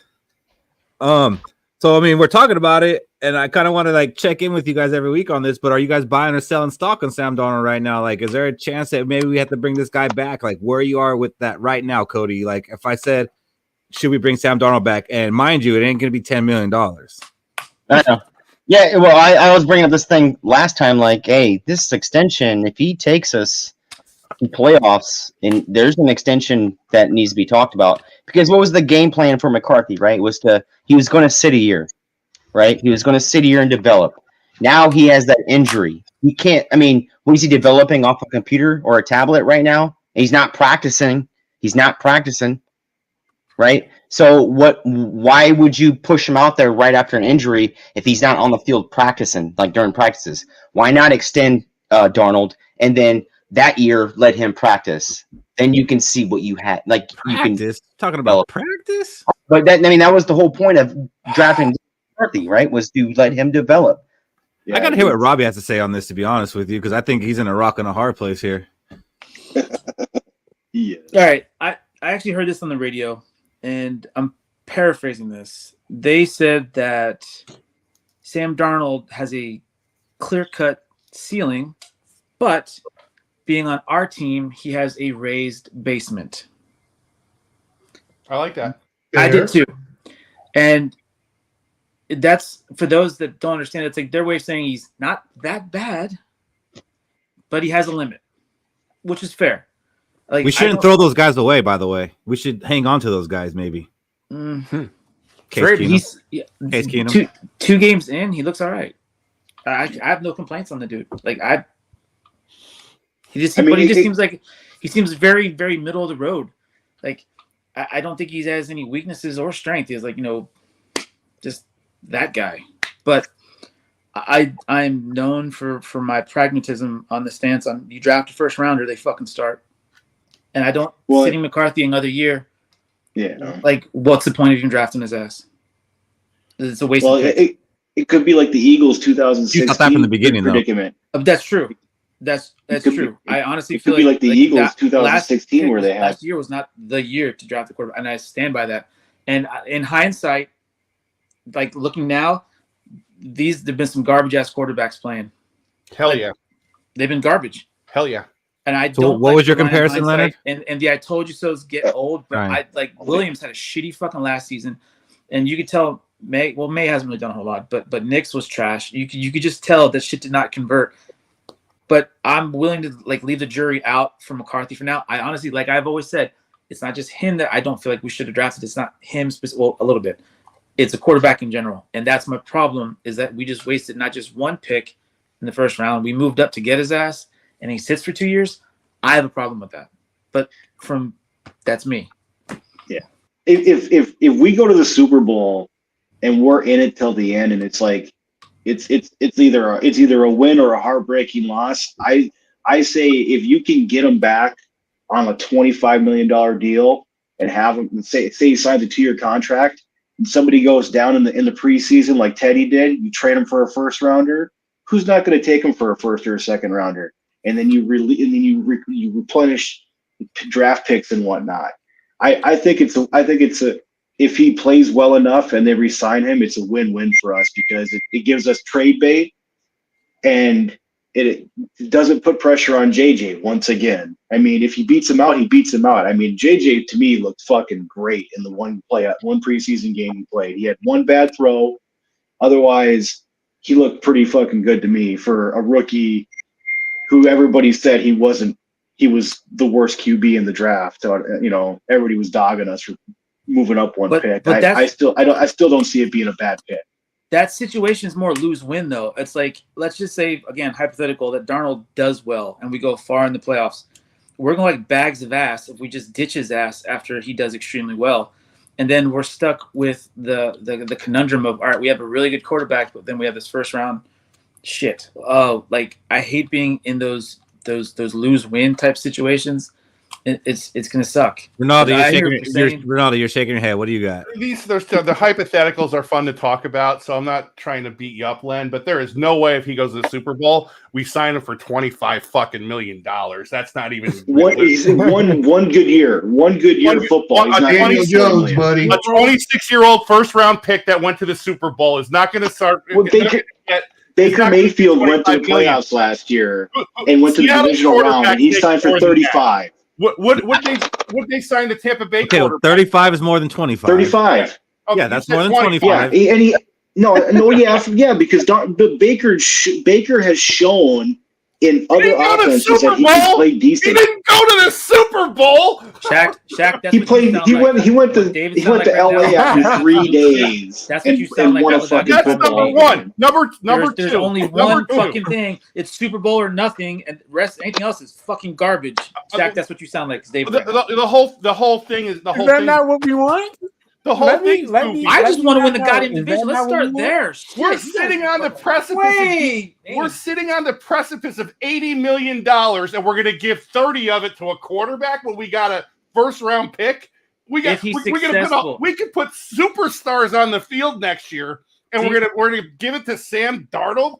That makes 0 sense. That is not what we exactly did. What we're talking about. 3 years getting to this spot.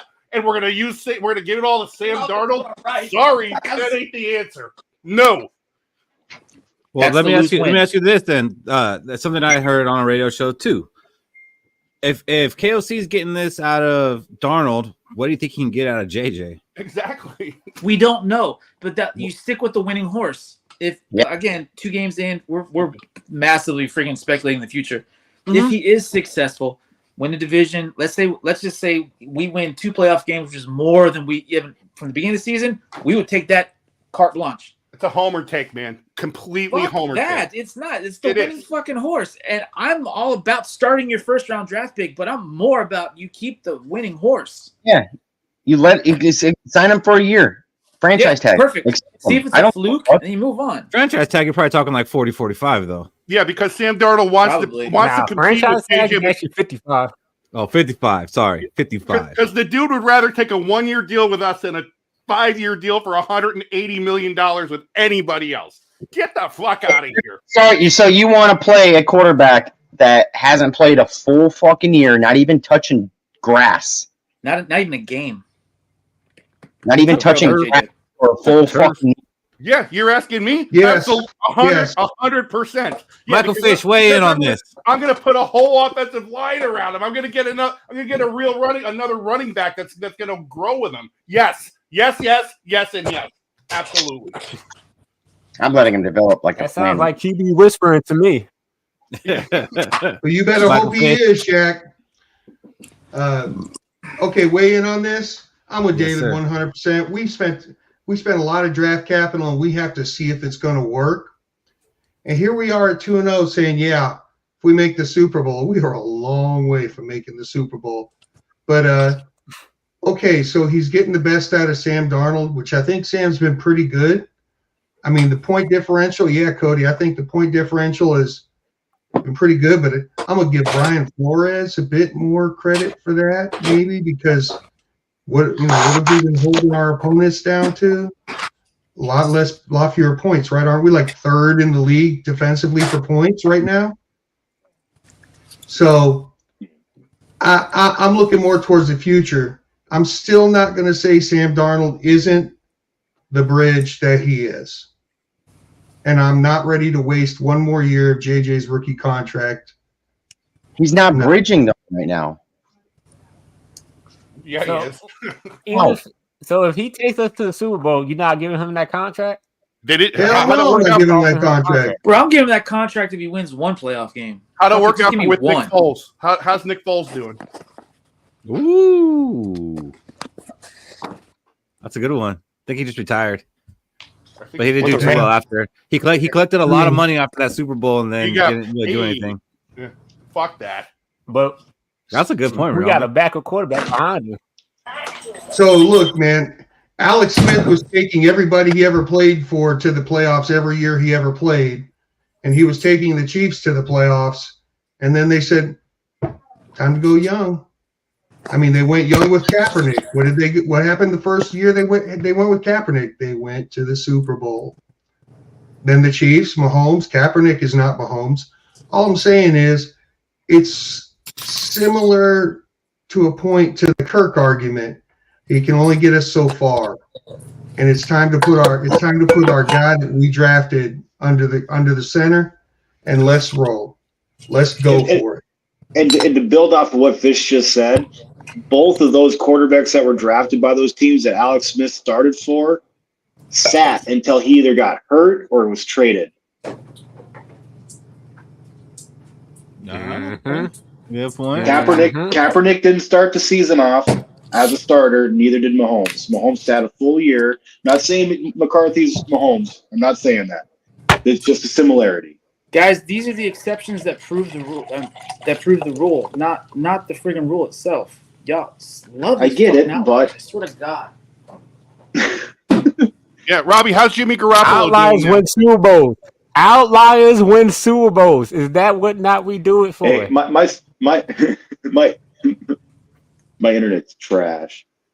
You're doing Hey, fine. Shaq, when was the last outlier to win the Super Bowl? Nick Chiefs. Foles.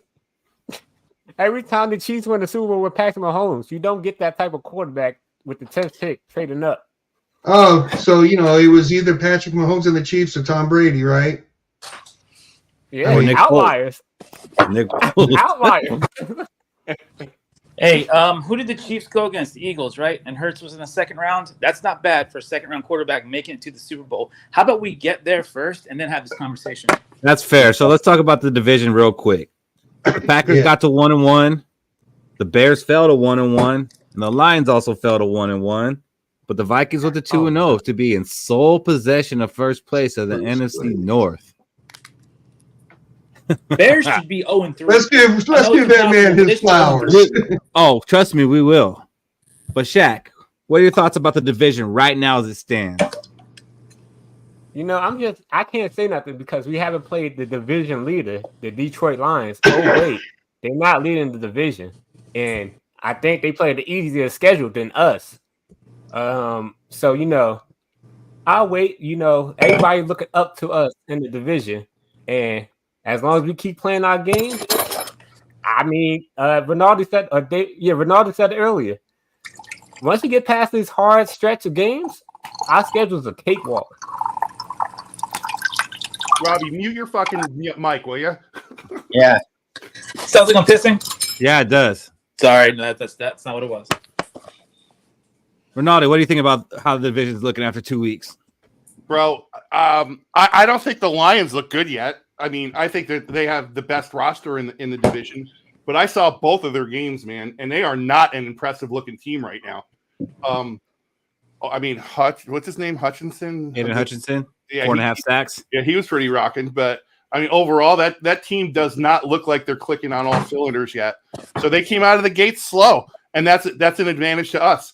I always thought Green Bay was overrated. I think the Bears are trash.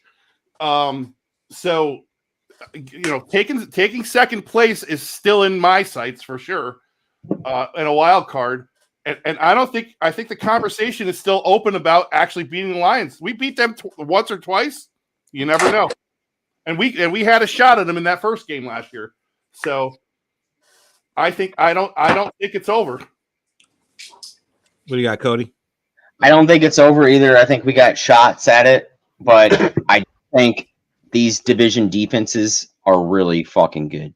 I honestly think that. Like, you slowed you were a Bears team that kept those Houston Texans to within a touchdown, right? And then you're the Packers playing with Malik Willis as your starting quarterback, and you still find out a way to win. And the Detroit Lions, they got the pass rush. Their defense is a little bit better. You had that glimpse in the against the Rams that the third quarter they started turning it on, but then you slowed them down in the fourth quarter when it really matters. I think the defenses are really tough in the North.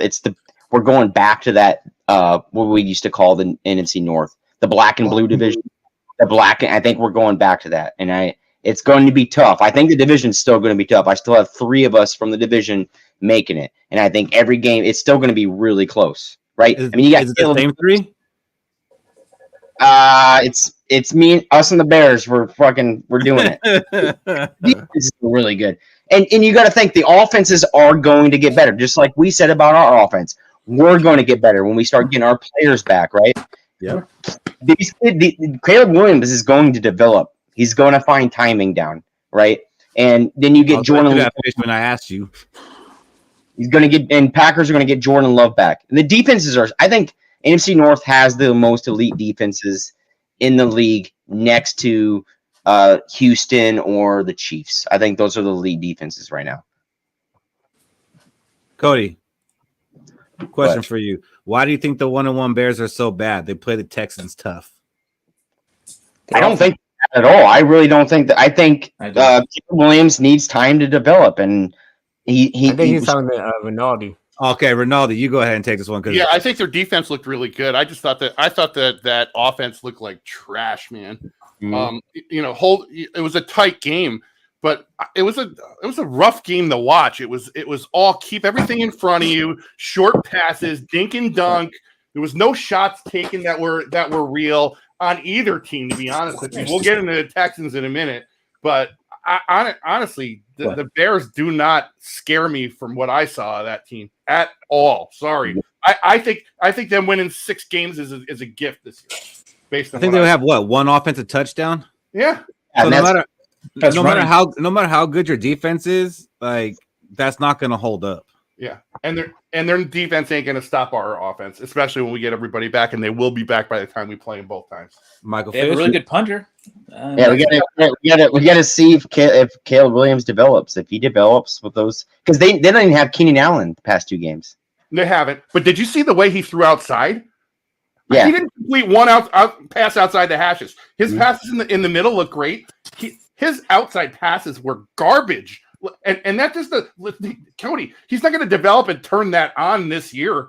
It was trash. His footwork looks terrible. Sorry, man. I'm not sold on the guy yet. I think that's why it just takes practice. Get your timing down. Yeah. And not with that offensive line. 7 times. The Bears have a horrible offensive line, and he doesn't know he cannot develop with that offensive line. Mm-hmm. He does not handle the pressure for shit. And that's what the Bears did. They threw him into the deep end of the ocean with a really nice scuba tank. That's really awesome with 0 fucking training. And that line is collapsing on his ass. But like I said, he's got these glittery little things, and they're nice. They're called really good wide receivers. He is the linchpin of that offense, and he is failing them.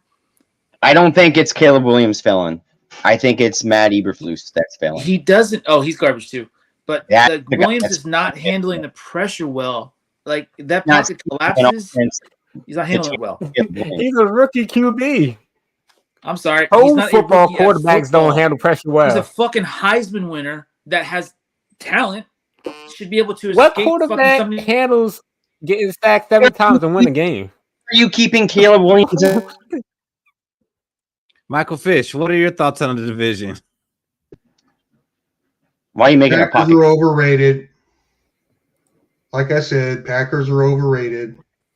Caleb Williams, I think his Achilles heel right now is actually his attitude.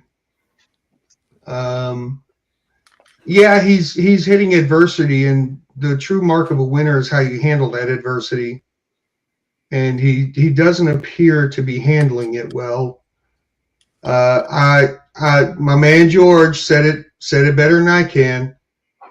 I didn't watch the game, but I heard it through the grapevine that at the end of the first half, the Lions were in field goal range, and they got called for a penalty because they went in the huddle, and then they sent the field goal unit out while they were in the huddle and took themselves out of field goal range. That's a coaching mistake. Mm-hmm. And you've kind of been big on that, saying that you're not believing in the Lions because the coach is going to cost them. I feel like Dan Campbell is going to make mistakes. I feel like he's going to implode. And I said that this was the last season, that by the end of this season, the fans will start to turn on him for those mistakes. Oh, absolutely. They're going to tar and feather his ass. Absolutely. And for all the ballsy moves, there's going to be some fans that are going to say, we'd appreciate a few brains too. We need a few brains here. You're costing us. sure, you're getting us to a certain point, but then you're losing for us. You could have made a smarter decision, Dan. So, do I think that it's going to be a cakewalk for the division? No. I mean, even though I think that Dan Campbell will implode, I'd have to look at both of our schedules again, but do I have a little bit more of a positive feeling towards us being able to actually compete for the division? Yeah. We just beat the San Francisco fucking 49ers, and we dominated them in all three facets of the game. So, yeah, I can't wait to line up against the Lions. Hey, Fish, I want to ask you a question. And I agree with your take on Williams' attitude. Did anybody see the clip of him at the end of the game when C.J. Stroud came up to him? That's what made it stand up to attention to me. What do you say, Fish? Do you remember? Why would I take advice from him or something to that effect? Yeah, Stay in your lane. It was ridiculous, man. I felt I was embarrassed for the guy. I really was. You got to get Stroud say to him, Stroud said, just learn from your mistakes and you'll grow and you'll be fine. And he didn't want no part of it. And then when he was asked about it, he was just, why would I want to take advice from him? Yeah. He's not handling it well right now. Nope. So he said that? It's only been 2 games, but doesn't it feel good to be a part of a graphic like this? Sure does.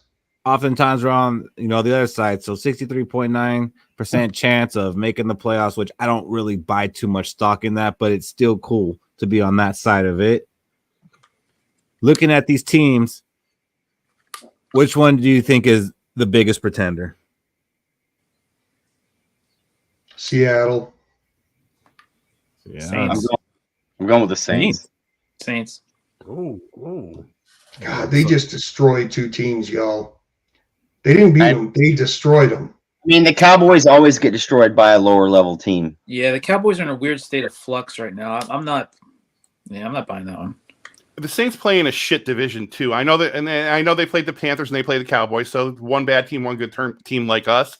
But they've got a pretty plush schedule coming up. They're gonna actually the next 4 games are rough, but after that it gets easy for them.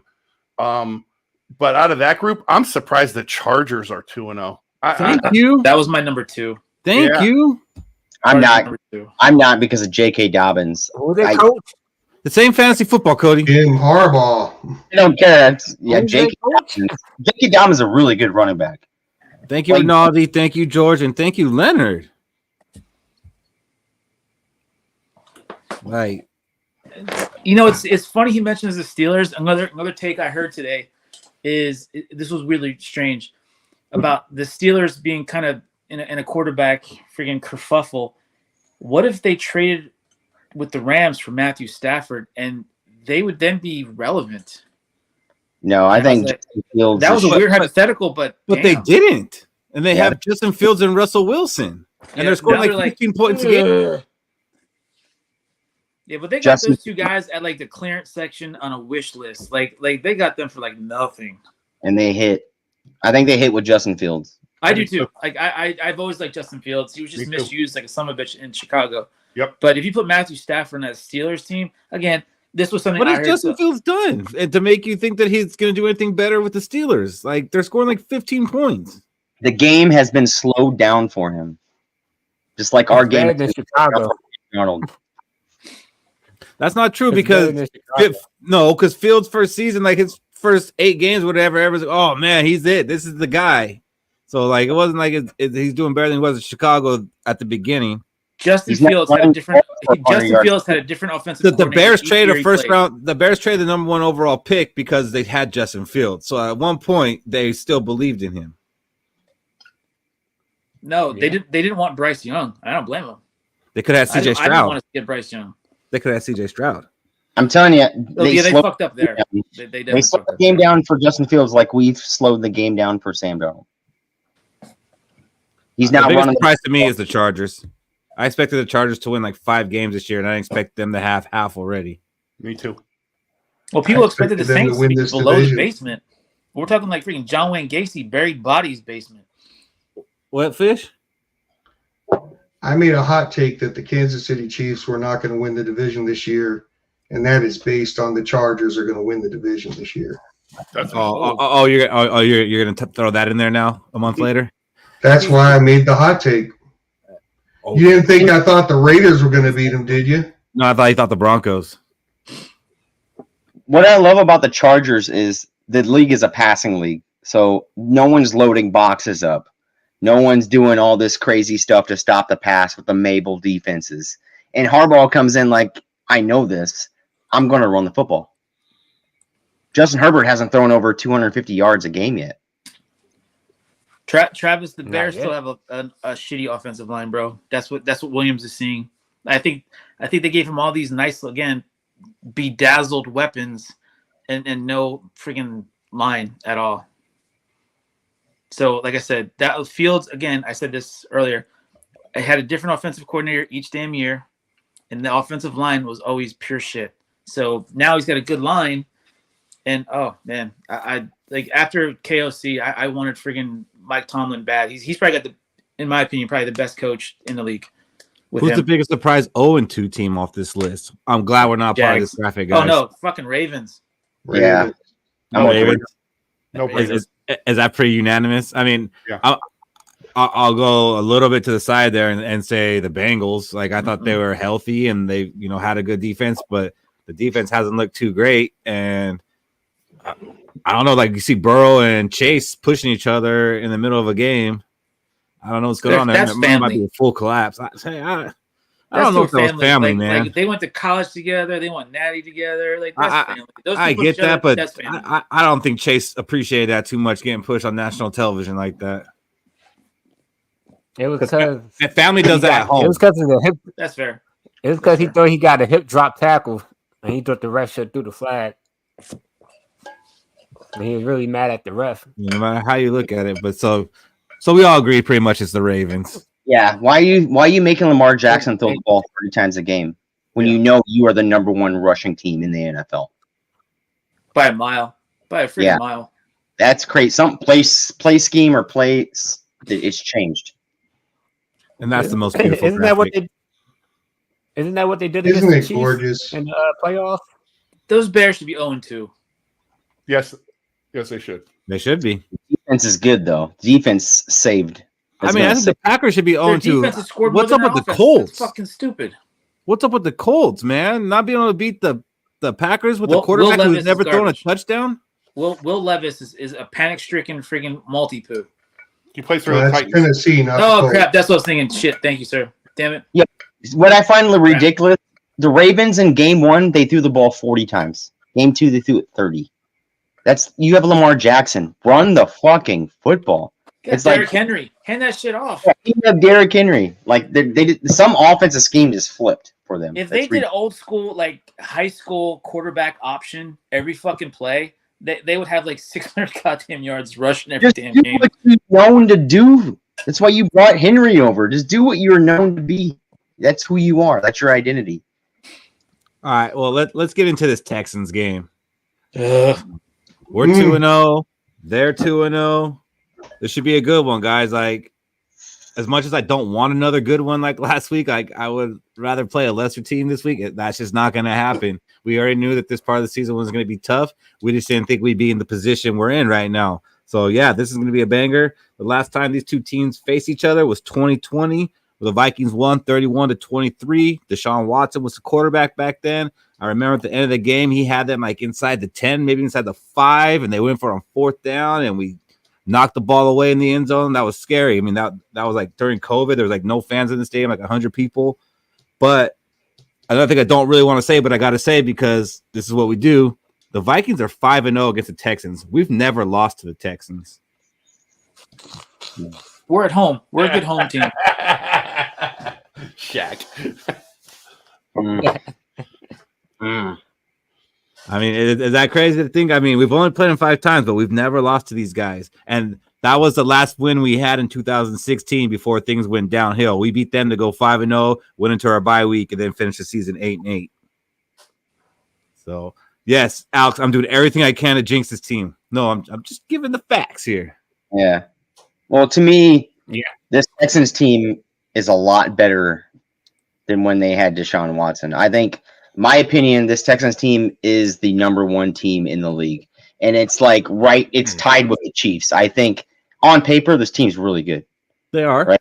And they've shown 2-0. Number 1? Yeah, they're AFC Lions.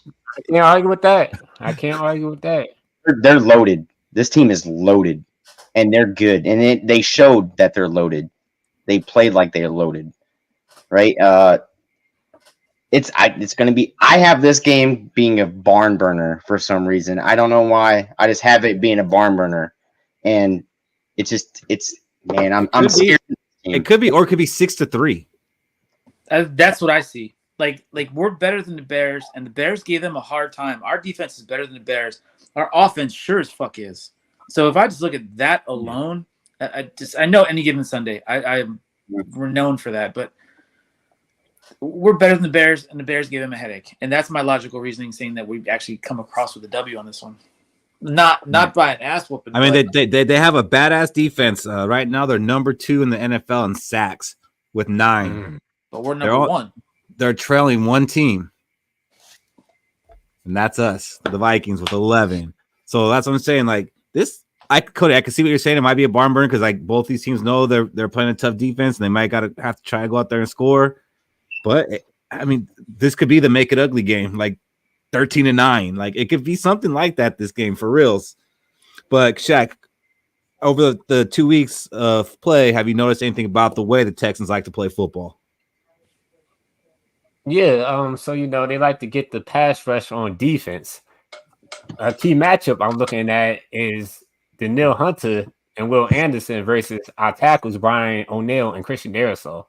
If we can contain their pass rush, who is number 2 in the league behind us, then I could see Sam Darnold doing what he did the first 2 weeks, throwing the ball here. Hopefully, we have JJ healthy, and Powell and our other receivers, and handing the ball off. Keep the game consistent. You don't have to do too much to beat the Texans. Let our defense play, shut down their offense, and then keep it simple for our quarterback, and it should be a good game. What'd you notice about him, Ronaldo? I know you watched most of that Bears and Texans game. Well, I think Shaq makes a really good point, but I like the way we match up against them on our tackles. I mean, that's good. Those are going to be matchups to watch for sure. You hit them right in the head, Shaq. They're going to be like battles, man, epic. And we won't stop them, but we can contain them, I think. What I saw in the game, I didn't see a team that like terrified me. I think A, we got the matchup. B, I don't like their running back group. They get Cam Akers as their backup, and who's their first dude? The dude Joe Mixon, but Cam Akers might be the starting running back. Yeah, Mixon's hurt, right? Mixon's hurt. I don't like the running back. I don't like the running back corral, and I can tell you for sure their O-line is not that good in the center. It is not a great O-line. And I listened to a Texans podcast this week, and they hate their O-line way worse than we thought we ever hated our O-line. That's surprising. So, yeah, especially in the center, the center and the two guards. So look, man, this is not a team. They have amazing wide receivers. They've got to be the top 3. They got great defensive ends. They have a really good defense. And let's not say CJ Stroud is anything other than really cool. The more I listen to him, the more I like the guy. I actually like rooting for him. He's a good dude, man. He's very smart. Yeah, and an amazing talented. Yeah, and an amazing talent. So look, the team is great. I think it's a little hefty to say they're the best team in the NFL. I think that there's pieces on that. There's waves of their team that are like, and I think we match up pretty good with them. So, I'm not going to sit here and say we're going to win 40-3. That's not what my point is. I think it's going to be a battle. I think it's going to be a knockdown drag out, but I think we match up pretty good with them, and it's going to be a pretty fun game. It's going to be a fun game to watch. I love CJ Stroud. I think he's the best quarterback. I think he's the second best quarterback in the league too. Like just the way he exploded. We haven't seen a guy explode on the scene since Patrick Mahomes. A guy helps you win a fantasy championship, and all of a sudden you just fall in love with him. Stats are there. He took him to the playoffs. They were a worse team. He took you to the playoffs. They're a worse team last year. They are this year. I can't hate on that. He took me to the playoffs too. I traded Cortland Sutton for him. Straight up. Damn, that must have been a trash commissioner to let that happen. You know, sneaky deals going behind the back. So this game is going to be a game of familiar faces on both sides. We're going to be seeing Daniil Hunter, Stephon Diggs, Chris Boyd, Cam Akers. Sadly, Case Keenum's out for the season, but we might see him on the sideline. Fortunate for us, he will not be able to step into that game. So I'm happy for that, but I'm not happy he's hurt. And then when you thought they couldn't have any more Vikings, I think it was just yesterday, they signed Irv Smith. I really haven't seen that. What's Queen went to? That's a practice squad. Yeah, that's just a signing to, hey, what are they running on? Well, actually, their backup tight end, I think he's out for the season, and Dalton Schultz is questionable. Yeah, Schultz is hurt, but their backup's out for the season. So Schultz is old too. It might be a Irv short. Smith's going to have 12 catches for 150 yards on us. He's going to be like, you missed me yet? Boyd is hurt too, by the way. He got to catch the Yeah, ball Boyd's hurt. I don't know. I don't know that Boyd's going to play. I don't think he is. And then, for us, we got Grenard, we got Cashman, and we have Shaq Griffin, who was cut by the Texans during the season last year. So, there's stuff on both sides of the ball. But before we get into the revenge factor, what kind of reception do you guys think that Stephon Diggs is going to get from this crowd? It's his first time back in Minnesota. Boo that man. Do you think he's going to get booed? That dude put us on the shelf with that one play, man. Like trophy case. You have to give love for that one play. Was enough to freaking enshrine him. Some of us have even said that their most memorable memory is that one play. I hate to say it, and he is the 90%. But he hasn't had very nice things to say about the team since then. But that's who has us as fans. We remember him for that one play. Mm-hmm. And that honestly, so you don't think he's going to get booed? The greatest one play I've seen as a Vikings fan that I can remember. He won't get booed like a quarterback. No, yeah, he won't get booed like that. Like he might get that. It'll be a mixed bag. It'll definitely be a mixed bag. It's gonna be mixed. It's gonna be I'll give him a golf clap, and like I definitely won't freaking. He just found cancer, killed Hitler, and saved the Galactic Empire. I'm not gonna give him that shit, but he'll get a. That. And he's not the number one. George, I did forget that one. Houston. He's not the number one wide receiver in Houston. No, is he even the number 2? He's not. But does he have to be for us to either clap for him or to boo him? No. He's just a guy. He's a guy we remember for a really good damn play. Mm-hmm. And I'm cool with that. I'm cool with that. That's scary to know that your number 3 wide receiver is Stephon Diggs. Yeah, right. Not bad, right? Is he number 3? You put him behind Tank Dell?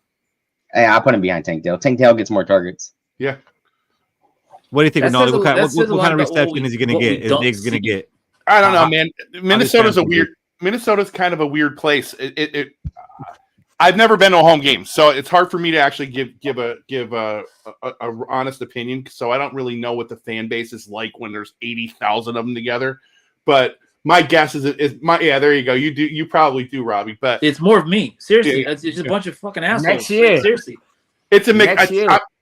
I don't think it's going to be quiet. I mean, a mixed bag doesn't mean quiet, right? I think you're going to get a chorus of boos and a chorus of claps, and right. And I think that's probably what any real fan base would do. The guy matters in the history of the Vikings. So yeah, it depends. I think I heard somebody talk about what they put up on the board before he comes out. If they fucking show the catch as he's running out in the field, they're going to go nuts, right? They better be smart enough not to do that. Like they can show it when there's 45 minutes before kickoff and they're doing warm-ups. But if they do it when he's running out, they better not do that. Yeah. we're a team that allowed a guy to come over here and play quarterback for us that beat our ass for a decade and a half. Alex, shut up, you New Yorker. Randall Cunningham?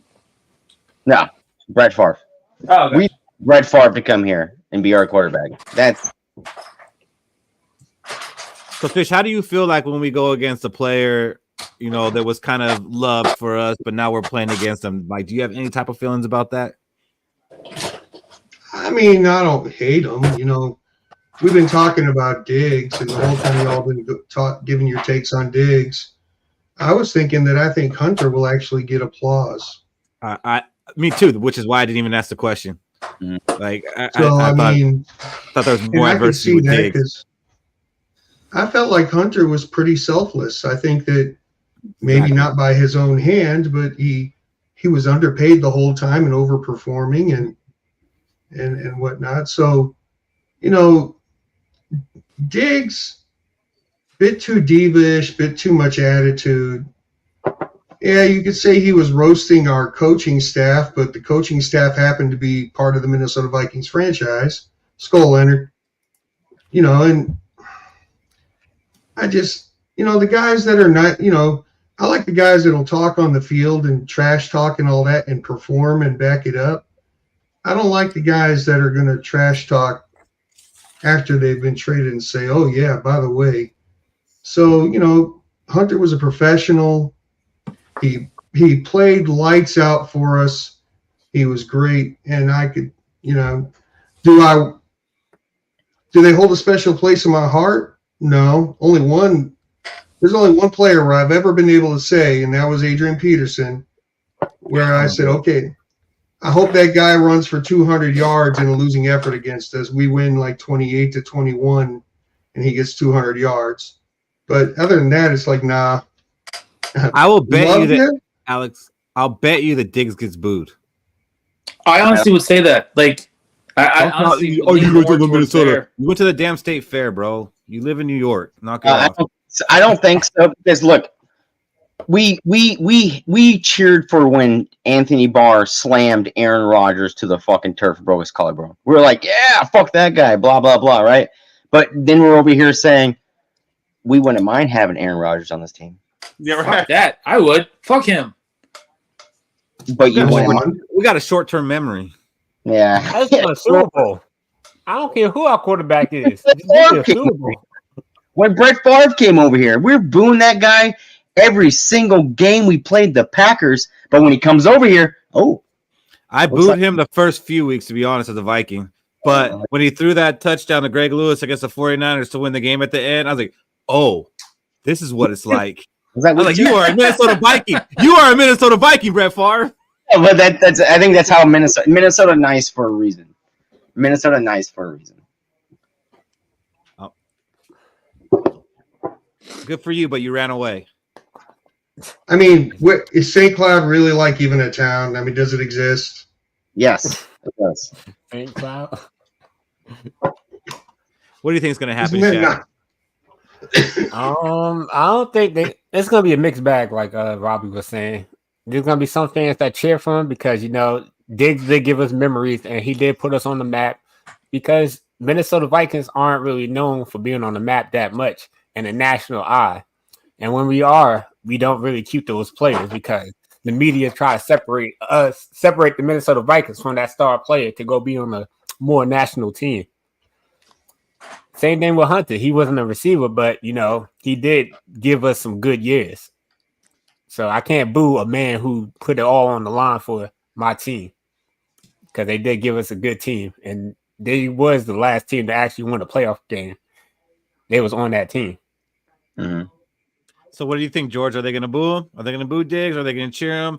Okay, maybe they'll do both, but what's going to be louder? I think the out-of-towners will boo more, and the guys that from Minnesota will cheer. So if the boos are louder, then that's a freaking problem. Yeah, out-of-towners are louder. Hunter will get some love. I believe Hunter. I think the cheers. I don't think Hunter will get a single boo. No, he'll get some love. Like I think he'll get it's going to be all over Hunter because Hunter left because of money after he played nice for a while, and basically the Vikings said we can't afford you anymore. Like it wasn't demanding to be traded or anything like that, and then saying some bad stuff on the way out, and still kind of saying some stuff. And I don't believe in Minnesota nice. I've been there a couple of times, and I haven't seen that Minnesota nice. I mean, maybe the farm people are nice, but like in the city, I didn't see that. Are they passive aggressive? When Diggs is announced, I think that at first you'll hear cheers, Like right off the jump, you're going to hear some cheers. But within like a second, the Boo Birds are going to be like, oh, hell no. And then they're going to just erupt and overtake the cheers. I got to find a way to be able to watch like the pregame. Well, when you're out of town, who's going to be at that game? When you're going to be there? When you're an out-of-town Vikings fan, you wear black, right? When you're an in-town Vikings fan, you wear the yellow on the hat. Then there's never any in-town Viking fans at the games because yellow does not shine there. It does. No, it doesn't. It's rare to see yellow. I feel like more people will have probably the purple or a white hat. Purple, white. Nothing black. If you're out of town, you're wearing black. I've got the military freaking hats for that shit. So what does that count? I'm gonna disagree with you there because I see people from Minnesota wearing like the black jerseys, which the Vikings don't even wear. It's because it's like this is my team. It's the Vikings, but I want to show off the pride. Yeah, how bad is the year going?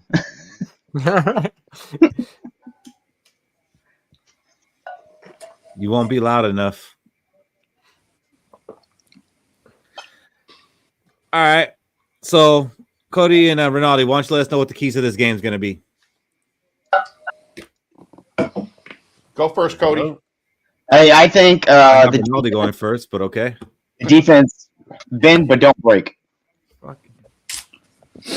Bend but don't break. I mean, you're going against a talented offense. They're wide receiver threes, Stephon Diggs. Bend but don't break. You're going to allow some yards in this game. I think it's going to be a barn burner at the end of the day. I think we win. I think we're going to be the first game that goes over 65 points. Jesus. Wow. I think it's going to be a 38-35 type of game. Like it's there's going to be a lot of breaking then, buddy. No. Bend but don't break. You're going to give up touchdowns. You're going to give up yards, right? The definition if you give up 35 points, you broke. You just didn't break as much as they did. Yeah, don't do that. Yeah. It's a slow leak. That's a fire hydrant. 35 points. I take back every nice thing I said about Flores. You're going to keep your say what you about Flores because what's going to happen is that turnover that changes the game. That's what's going to happen. Right? You're going to give up points, right? But you didn't fully break. You're bending. All right, here we go. We got them down and we scored. They scored. 65 is crazy. That's wow, Cody. So crazy, dude. My key to the game is exactly the opposite of Cody's. I think it's going to be a defensive struggle, and I think that the first team that scores 24 wins the game. So I'll take the under. Cody's taking the over, and the first team to 24 wins. And the Vikings score 24, we win this game. And that means 3 touchdowns, right? I don't care how we get 3 touchdowns. That means win in the red zone, right? We have to score touchdowns. We cannot beat the Houston Texans kicking field goals, right? We have to score. No, I guess you could technically, but that's bullshit. It's not gonna happen, right? You got to score touchdowns. If we have 4 red zone opportunities, we better come away with 3 touchdowns. That's the way I see this one.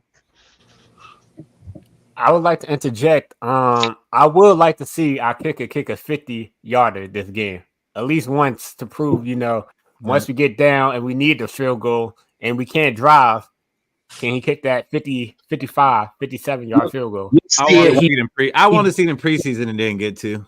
Yeah, he did. He kicked that shit in preseason. He kicked 1. I needed 2. I needed 2. You'll see it when it's 35-35. There, Shaq. 38-35. Nice. I don't know. Your last Ricard game-winning field goal didn't go so well. Yeah, but he kicked a lot, so I'm happy. He did. He looked well. What else you guys got? Cody, you're next. Win the turnover battle. I don't think it's going to be a big turnover game, but I think the last turnover is what's going to call the game. That's who's going to win. I think the last turnover is going to come in like the 3rd or 4th quarter, and that's what wins the game for the team.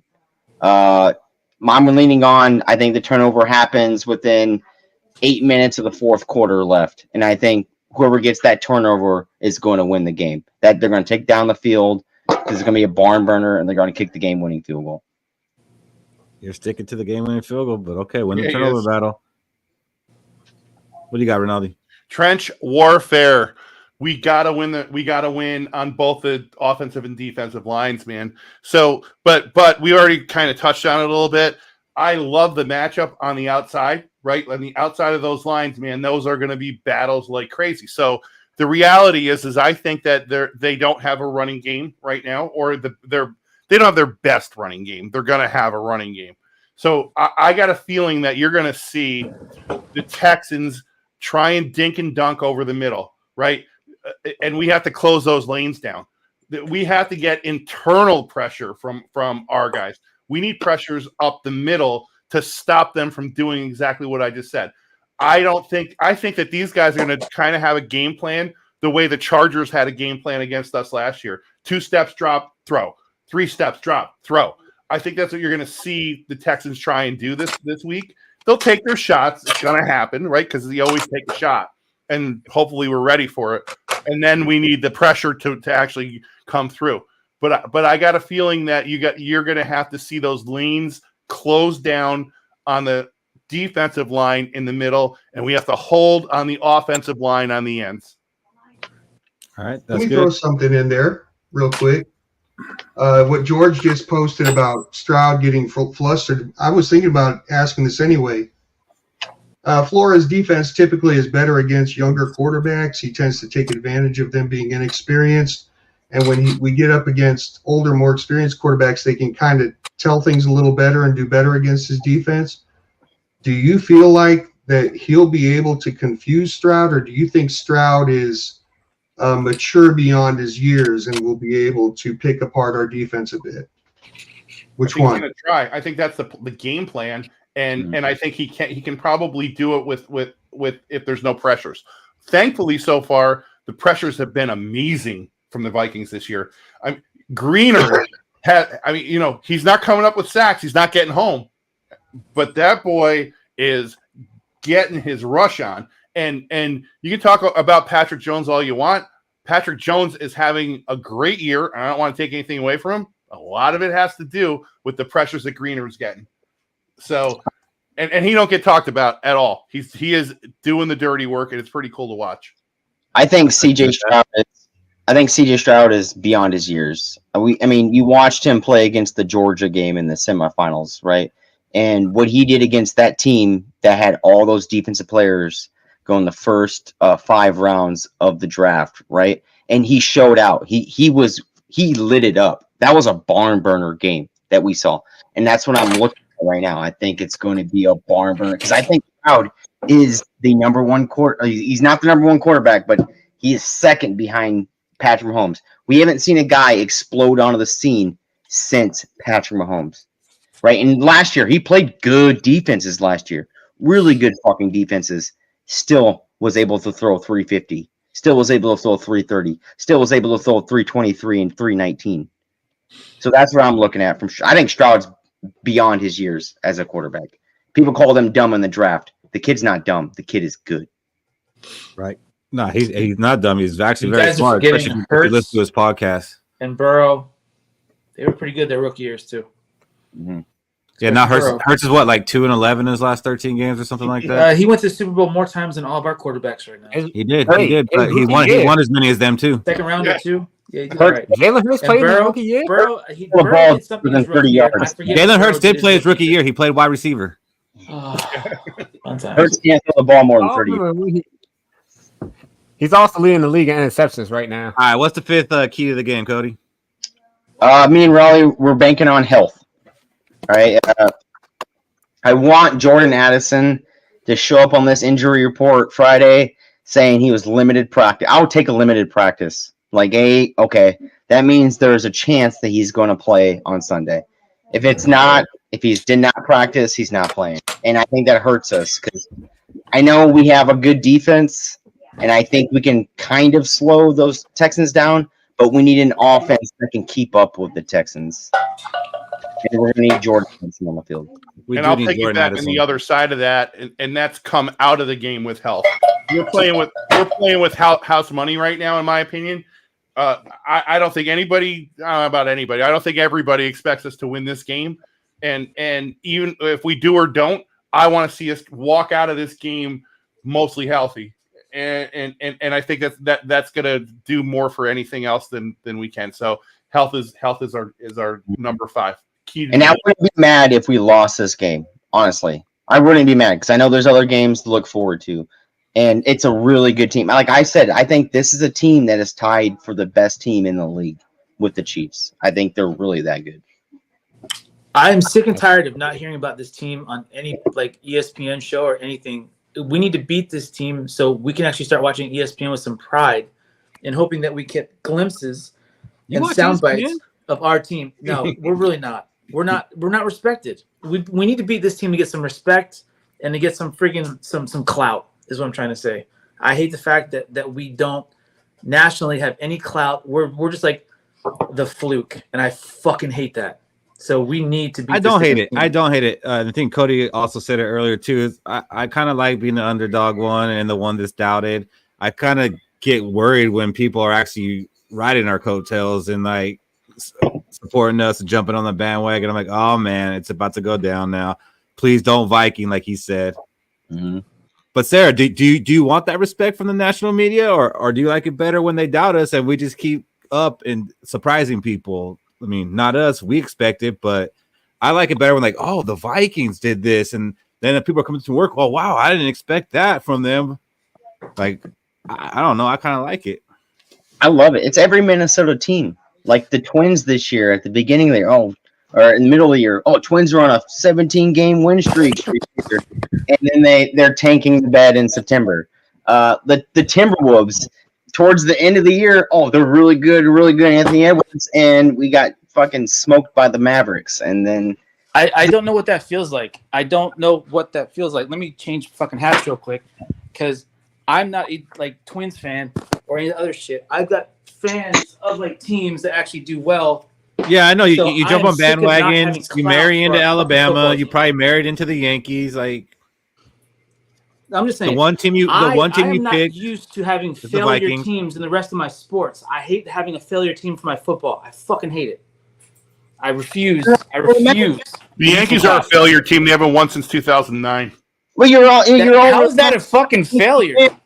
You're a Yankee fan, a Crimson Tide fan, and you're gonna say the dartboard shit, aren't you? Go ahead, dartboard. There you go. I've never heard you say that. I'm a dartboard too, but all my teams suck. I like the Vikings, I like the Twins, I like the Orlando Magic, and I like the LA Kings. I mean, they've all had like good times, but there's no sustained success among those teams. I've had good years. So I thought the keys to the game were good. The one thing I want to throw in there, I think this is the first game that we're going to see our cornerbacks get tested. Up to this point, I don't think we've really seen that too much because of the receivers we faced. Yes, the 49ers have Debo and Ayuk, but Ayuk hasn't been doing anything. Debo's more of like a weapon. Like, we're playing against 3 legit wide receivers and a good quarterback, and we don't know what we have as far as the cornerbacks. I think our frontline pressures look good. Our linebackers have looked good. I feel confident in our safeties. I don't know what we have the cornerbacks, and we're going to find that out this week. So to me, the biggest thing of the game is the cornerbacks got to step up and play good. It's funny how Metella said, no one looks Gilmore's way. He had the most targets last week. He had 10 of them. Yeah. Everyone's looking his ass. They're looking his way, like, I love that. Cody. I heard that. I was like, what? Yeah, I know it's more so like when we do get those passes completed on us, it's like, why are they wide open? And I guess most of the time it is Gilmore in that general vicinity. Because it's like, okay, pass rush is there. That should be a sack or it should be incomplete. And then you just see a receiver running 5 yards out court. Like George Kittle was eating us up in the middle. And then Debo started eating us up. Yeah, I mean, Gilmore, like, he was targeted 10 times in that game, 7 receptions for an average of almost 11 yards. That's what makes the Chiefs so good. Just, hey, Here's the ball. Here's the ball. Here's the ball. To be fair, I mean, I'm not Alan Gilmore by any means. Like, I still think that was a great signing, and I think now we're going to find out, like, him and Shaq Griffin both didn't have any training camp, maybe very little at the end, but Shaq was hurt, and we signed Gilmore late. So these first 2 games, that was their preseason games that Shaq thinks everybody should play. So they should be up to game speed for this one, and it's going to be a freaking contest. So they're going to have to be the ones to step up, in my opinion. Like, the guys that have been doing what they've been doing, they got to keep doing it, but the cornerbacks are going to have to make some plays this game. Mm-hmm. So with that, let's make our predictions for this game. Fish, what do you got? Result and score.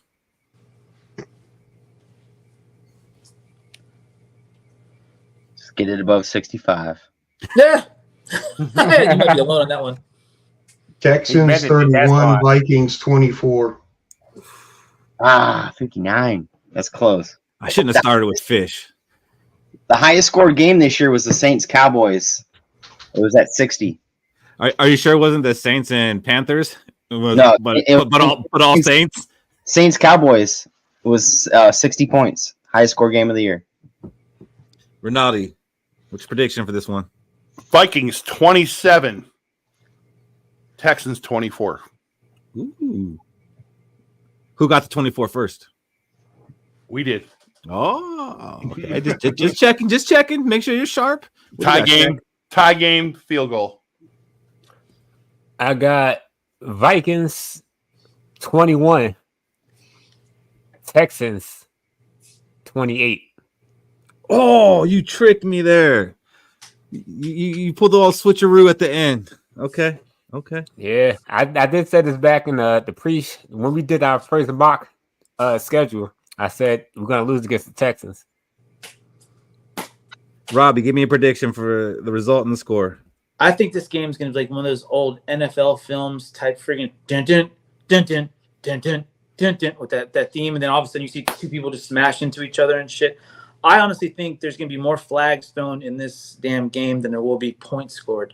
Like, ooh. I honestly think it's gonna be smash mouth football, and we're gonna be cursing these refs for throwing flags of all these damn hits and shit. But I do see us coming out on this one. I do not see the 64 points. So that's very ambitious, my friend. I'm gonna say 24-14 us. Cody, I'm going 34-31. It hits the 65-point total. Reichard hits the game-winning field goal. This is going to be actually called the best game of the year at the SB. That's a hot take. You might have you might want to save that. That's a hot take. Me or the SBs. This will be it. I'll keep it short and sweet. I got the Vikings 23-20. So nobody gets to the damn 24, Rinaldi, but we still score more. So I think we've done as much as we can, but I do want to do the hot takes. But before I do that, we got some answering to do here. Fish, what do you got? Minnesota Vikings will have 5 or more sacks this week against San Francisco 49ers. I think if the Vikings do that, they win the game. At the end of week 2, the Vikings will be sole position of top team in NFC North. Whoa! It's a Lion loss. It's a Lion L. Can't spell lines without the L. Sam Darnold comes out extremely hot, throws for 400 yards, 3 touchdowns. The Vikings win.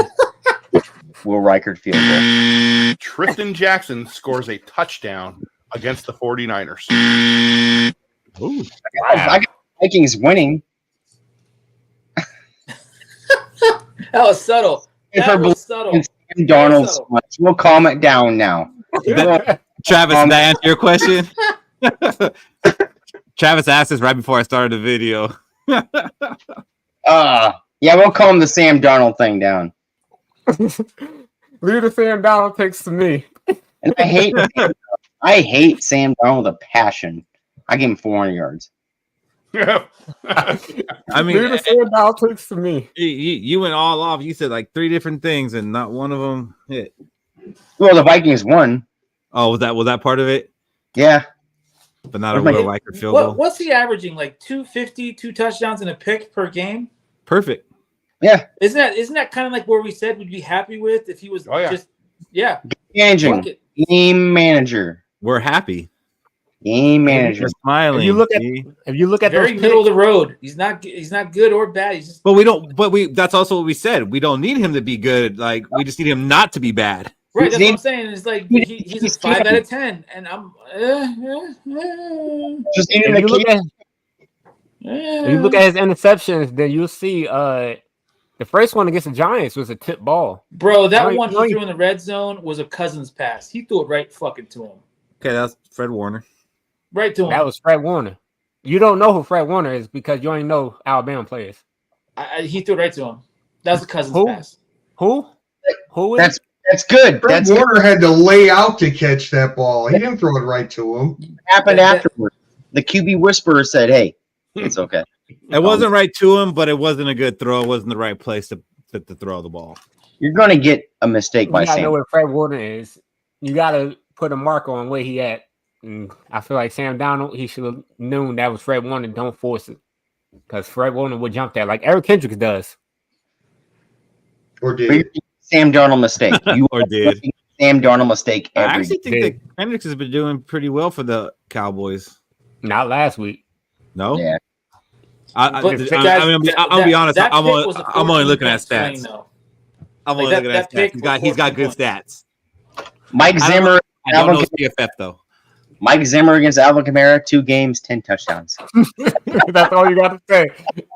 Speaking of 10, I know this isn't Viking related and football related, but how about Shohei Ohtani having 10 RBIs in a game today? Good God. He had 3 home runs and 2 stolen bases in the game. 50. He got his 50-50. It's like 51-51. Yeah, he got his 50-50. Nice. Hey, there's a real team, Robbie. That's a real baseball team. I'm sorry. Like I saw that today, and I knew I was going to have to give that a little bit of respect as a sports fan. I'm not a Dodger fan. I live out here. I'm not a Dodger fan. So Keith, with that, I was like, he's not going to get any better than he was with the Angels, and I feel like he just reaching his ceiling again.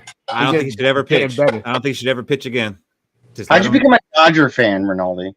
You're from New Jersey. Brooklyn. I'm from New York, and the Mets and the Yankees sucked in the early 70s. Like, what the fuck? So that fucker went way left. What? I'm an Angels fan. Fuck? I just threw the dart. All right. I didn't mean to get this all sidetracked, but I'm sorry. That's been on my mind this whole show because I saw that right before the show because I was going through Instagram and all my friends out here, their stories was all Shohei photos and stuff. I was like, what the heck did he do? And I went like 10 RBIs, 3 home runs. Cool for the Californians. Like I'm a Californian and I'm pissed off about the last 2 games that the Twins lost in the 10th inning to the Indians. Twins melt in Cleveland is a good team. They do, but we've lost. We lost in the 10th inning the last 2 games, and we're barely in the last wild card spot. So I'm in the playoffs. We're the worst record baseball team in the MLB in August and September right now. We're worse than White Sox. Let me get us back on track right now. It's time to do the hot takes. So I don't know if we didn't agree on anything, if we're gonna keep them to this game or not. So it really doesn't matter. Make them hot. Okay, if we're gonna make them hot, and Cody's gonna call out to make them hot, let's do the hot takes. Cody, what's your take? My hot take is we're gonna be the first game to score over 65 in this season. Okay, I'll accept that. You said it like 3 times, but I'm gonna accept it because now you're putting it on record. It's gonna be out there for all 28 people to see. Yeah, 5 sacks. 5 sacks is 5 sacks. Shit, 9 sacks. That's a hot take. 10 sacks is the record. Let's get hot with it. Is 10 sacks the record? 10 sacks is the record in the game, and we own it. We're tied with someone else. Oh, I might just change my hot take right now. Lions. All right, Fish, what's your hot take? Justin Jefferson will go off for 10 or more receptions and at least 160 yards. That's a hot take. All right. Rinaldi, what's your hot take? Cody ain't happy with me, but we're talking about Sam Darnold as his quarterback. Hot take. My hot take is that next week we will be talking about a boneheaded play that Sam Darnold made. We're waiting for one. It's gonna happen. This is the week. Hot take. Will it be in the aftercare, David? Yeah. Oh yeah, it's gonna if it's like what he's saying, it's gonna have to be the focus of aftercare. Yeah. I mean, mine's probably not as spicy, but it's just something that I've been thinking about and something that we haven't been doing. And my hot take is the Vikings are gonna win the turnover battle, and KOC is gonna go 20-0 when that happens, and Jalen Naylor is gonna have a better stat line than Stephon Diggs. I like that. You should. He's the wide receiver too. Now, if Addison plays, Addison's not playing. I'm sorry. I think Addison's going to play. We didn't get to the injuries, but I think he's going to play. But even as a wide receiver too, like what's he had, like 3 catches? Like I think he's still going to have a better game. Yeah, 1. Yeah. I think Jefferson goes a touchdown. I like that. I'm down with that. Take that's a good season long one. Like I wouldn't hold you to that this game, but if you say at some point this season, that's a good one. It's hot. He's saying this game. Yeah, that shit's lava. Okay. Lava. if that hits, I'm gonna have to make you like come on camera and say that so I can put you in the clip. You put a bet on that shit too. That's like 600 to 1. Yeah, and that counts for 2 TDs on the season according to my math. That's more than this dude got that for the MVP. For his contract, he needed a throwing touchdown. That's probably like 3,000 to 1. You're more likely, yeah, but I'm thinking probably. Yo, that's a hot take. All right, Shaq, what do you got for your hot take? Picking back off of Rinaldi, Sam Darnold throws an interception to Derek Stingley Jr. Ooh. Shaqism. Drink him if you got him. I gotta get it in there. That's probably going to happen. It's not every day we play Derek Stingley. Stingley might be Shaq's favorite non-Viking that's currently in the NFL. It might be. He's guarding JJ, so the ball might go there a little bit. All right, Robbie, I seen you thinking over there, so I gave you time. What's your hot take for this one? Shing! Between the two of them, 3 sacks and a daily double from Van Doblin and Turner. 6 sacks? No, together, not individually. 3 sacks and a daily double. And what Chris Dolman coined, which is a strip, pick up, and touchdown. A fumble, recovered, strip and a sack. Yep. So 3 sacks and one of them. Strip sack. I'm sorry. Yes, Fish, you're correct. So a daily double and 3 sacks between the two of them. Did you know Turner didn't practice today? I don't give a shit. That means Van Ginkel's he could be missing a fucking leg. I don't give a shit. He then that means 3 sacks for Van Ginkel and a strip sack touchdown. Does Van Ginkel have to be the one to strip it and pick it up for the touchdown? No, that's what I'm saying. I'm saying either or. The two of them. No. Okay, Dallas Turner's out.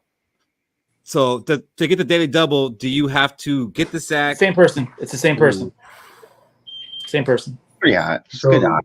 Okay, Robbie, I need you to say this succinctly, even though I can't say the word. What is a daily double? That is a strip and a recovery. You knock the ball out. Normally, when somebody knocks the ball out and there's a fumble, it's normally not the same person that knocks the ball out that recovers it. But in this case, I knock it out and I recover it. And return it for a touchdown? I think that's something different. Yeah, because that'd be like a daily triple. Yeah, you don't have to. You can knock a ball out from a running back or something. Yeah, but it's very unusual. Typically, that has to come from an edge hitting a quarterback. Like it's got to be kind of controlled. Yeah, I don't think Dallas Turner's playing, by the way. Him and Addison are the only concerns. Everybody else is practiced at least in a limited capacity. Jesus Christ. And I mean, honestly, the Turner one, it's more of a bummer because I'd like to see what he could do, but I don't think it changes the outcome of the game, whether he plays or not. Agreed. Fuck. Yeah, so if we lose Robbie, it's because we don't have USC and Alabama out there. There you go. That's it. That's exactly it. I mean, at this point, I think Addison has a better chance of playing than Turner. He not playing. Oh. I guess it's not that hot of a take. He gone. Well, I'm glad I included 2 people, so I'm defaulting to 1. Yeah. Van Ginkel probably had 3 sacks before. Your He had take, two. He had two the last game. That heats up your take, Robbie. your take got hot. Within the span of 2 seconds. Repeat your hot take. No. God, That- so Ginkle's got to do a lot of shit. Fuck me. Yeah, he does. All right, fair enough. That got so hot, we gotta get the fuck out of here. So let's go around the horn. What do you got, Shaq? So I'm glad you guys, the people who joined us on YouTube, make sure you like, comment, and subscribe. Definitely leave a like because it helps us get more marketing out there on YouTube. Because you're trying to grow on YouTube, leave Facebook alone. And going touching on what Cody and Rinaldi had brought up. Stay healthy from the beginning of the game, throughout the game, and at the end of the game. That's what I'm looking forward to. That's my final take. Health. What do you got, Rinaldi? This is my third time saying it. We are playing on house money, man. Let's just go out and let it rip. It don't matter. Just let it all loose. Go out and let that shit rip. More points, Skol, brother. Skol. more points to Mariner. Well, he's by the damn door. Uh-oh. What do you got, Robbie? Final words. I'm gonna go a little off the reservation like I normally do. No way. I know, shocking. Take Saturday off because college this weekend's gonna be pretty bland, except for the USC Michigan game. UCLA, LSU. Yeah, it's a bad weekend. Most of the SEC has a freaking has a bye, so like I say, nothing to do. Go to the flea market, sell some stuff. Go to SPCA, walk some dogs, do what you gotta do. But this Saturday, take the day off. All right. Fish. Keep it close. I'll say it again. You have to go out. What are you doing? I'm not requiring the win this week. I just want to feel like throughout the game we could win. And if that happens, I have to revise my win total. So at this point, you're still at 7. No. We won a game that I didn't expect to win. I'm at least at 8. But I said last week, both these games, keep it close. If I feel like we could win at any point on both of these games, I'll revise my win total. I'm talking about the possibility of getting up to 12 here, fellas. If we win this game, or you're gonna just go every game that we win, okay, now I'm up another one. If we keep it close, if at all points in time in this game we're in competition where I say, okay, we stand a chance at winning, there's a possibility I could get up to 12. Ooh. Okay. Now I'm starting to feel you. Cody, what do you got? So the lines this week, the over-under is 46 points. The spread is -2. It's going to be close. How much we betting? I'm taking the +2. That's what I would do. The over-under, I'm taking a +2. The over-under is at 46 points. They got us close. The money line's at 135 to 115. It's basically a pick'em game. That's what they're calling it right now in Vegas. A lot of people are smashing Minnesota right now. It's not surprising. We beat the 49ers last week when we were plus 200 dogs. But this I'm going to say right now. Hey, it's Thursday. Tomorrow's Friday. Be safe this weekend. Don't fucking drive. Have a plan. Call an Uber. And don't go out beating your dogs, beating your kids, or beating your wife. Have a safe time at all times. Hey, so you can watch the game on Sunday. And always, let's go. All right. For me, thank you for everybody who stuck around for this thing. Thank you to everybody who stuck around for 5 minutes. We're working on dropping our F-bombs. Check out our TikTok.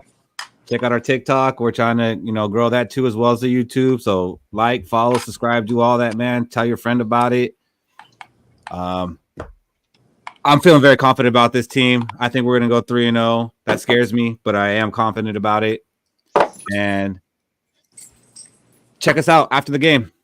We'll be doing aftercare. So we'll be going live 10 minutes after the game. I got to give the guys time to get a sandwich or some chips, and then we go live. So we'll see you then. Let's go. Do we have anybody that's going to be at the game?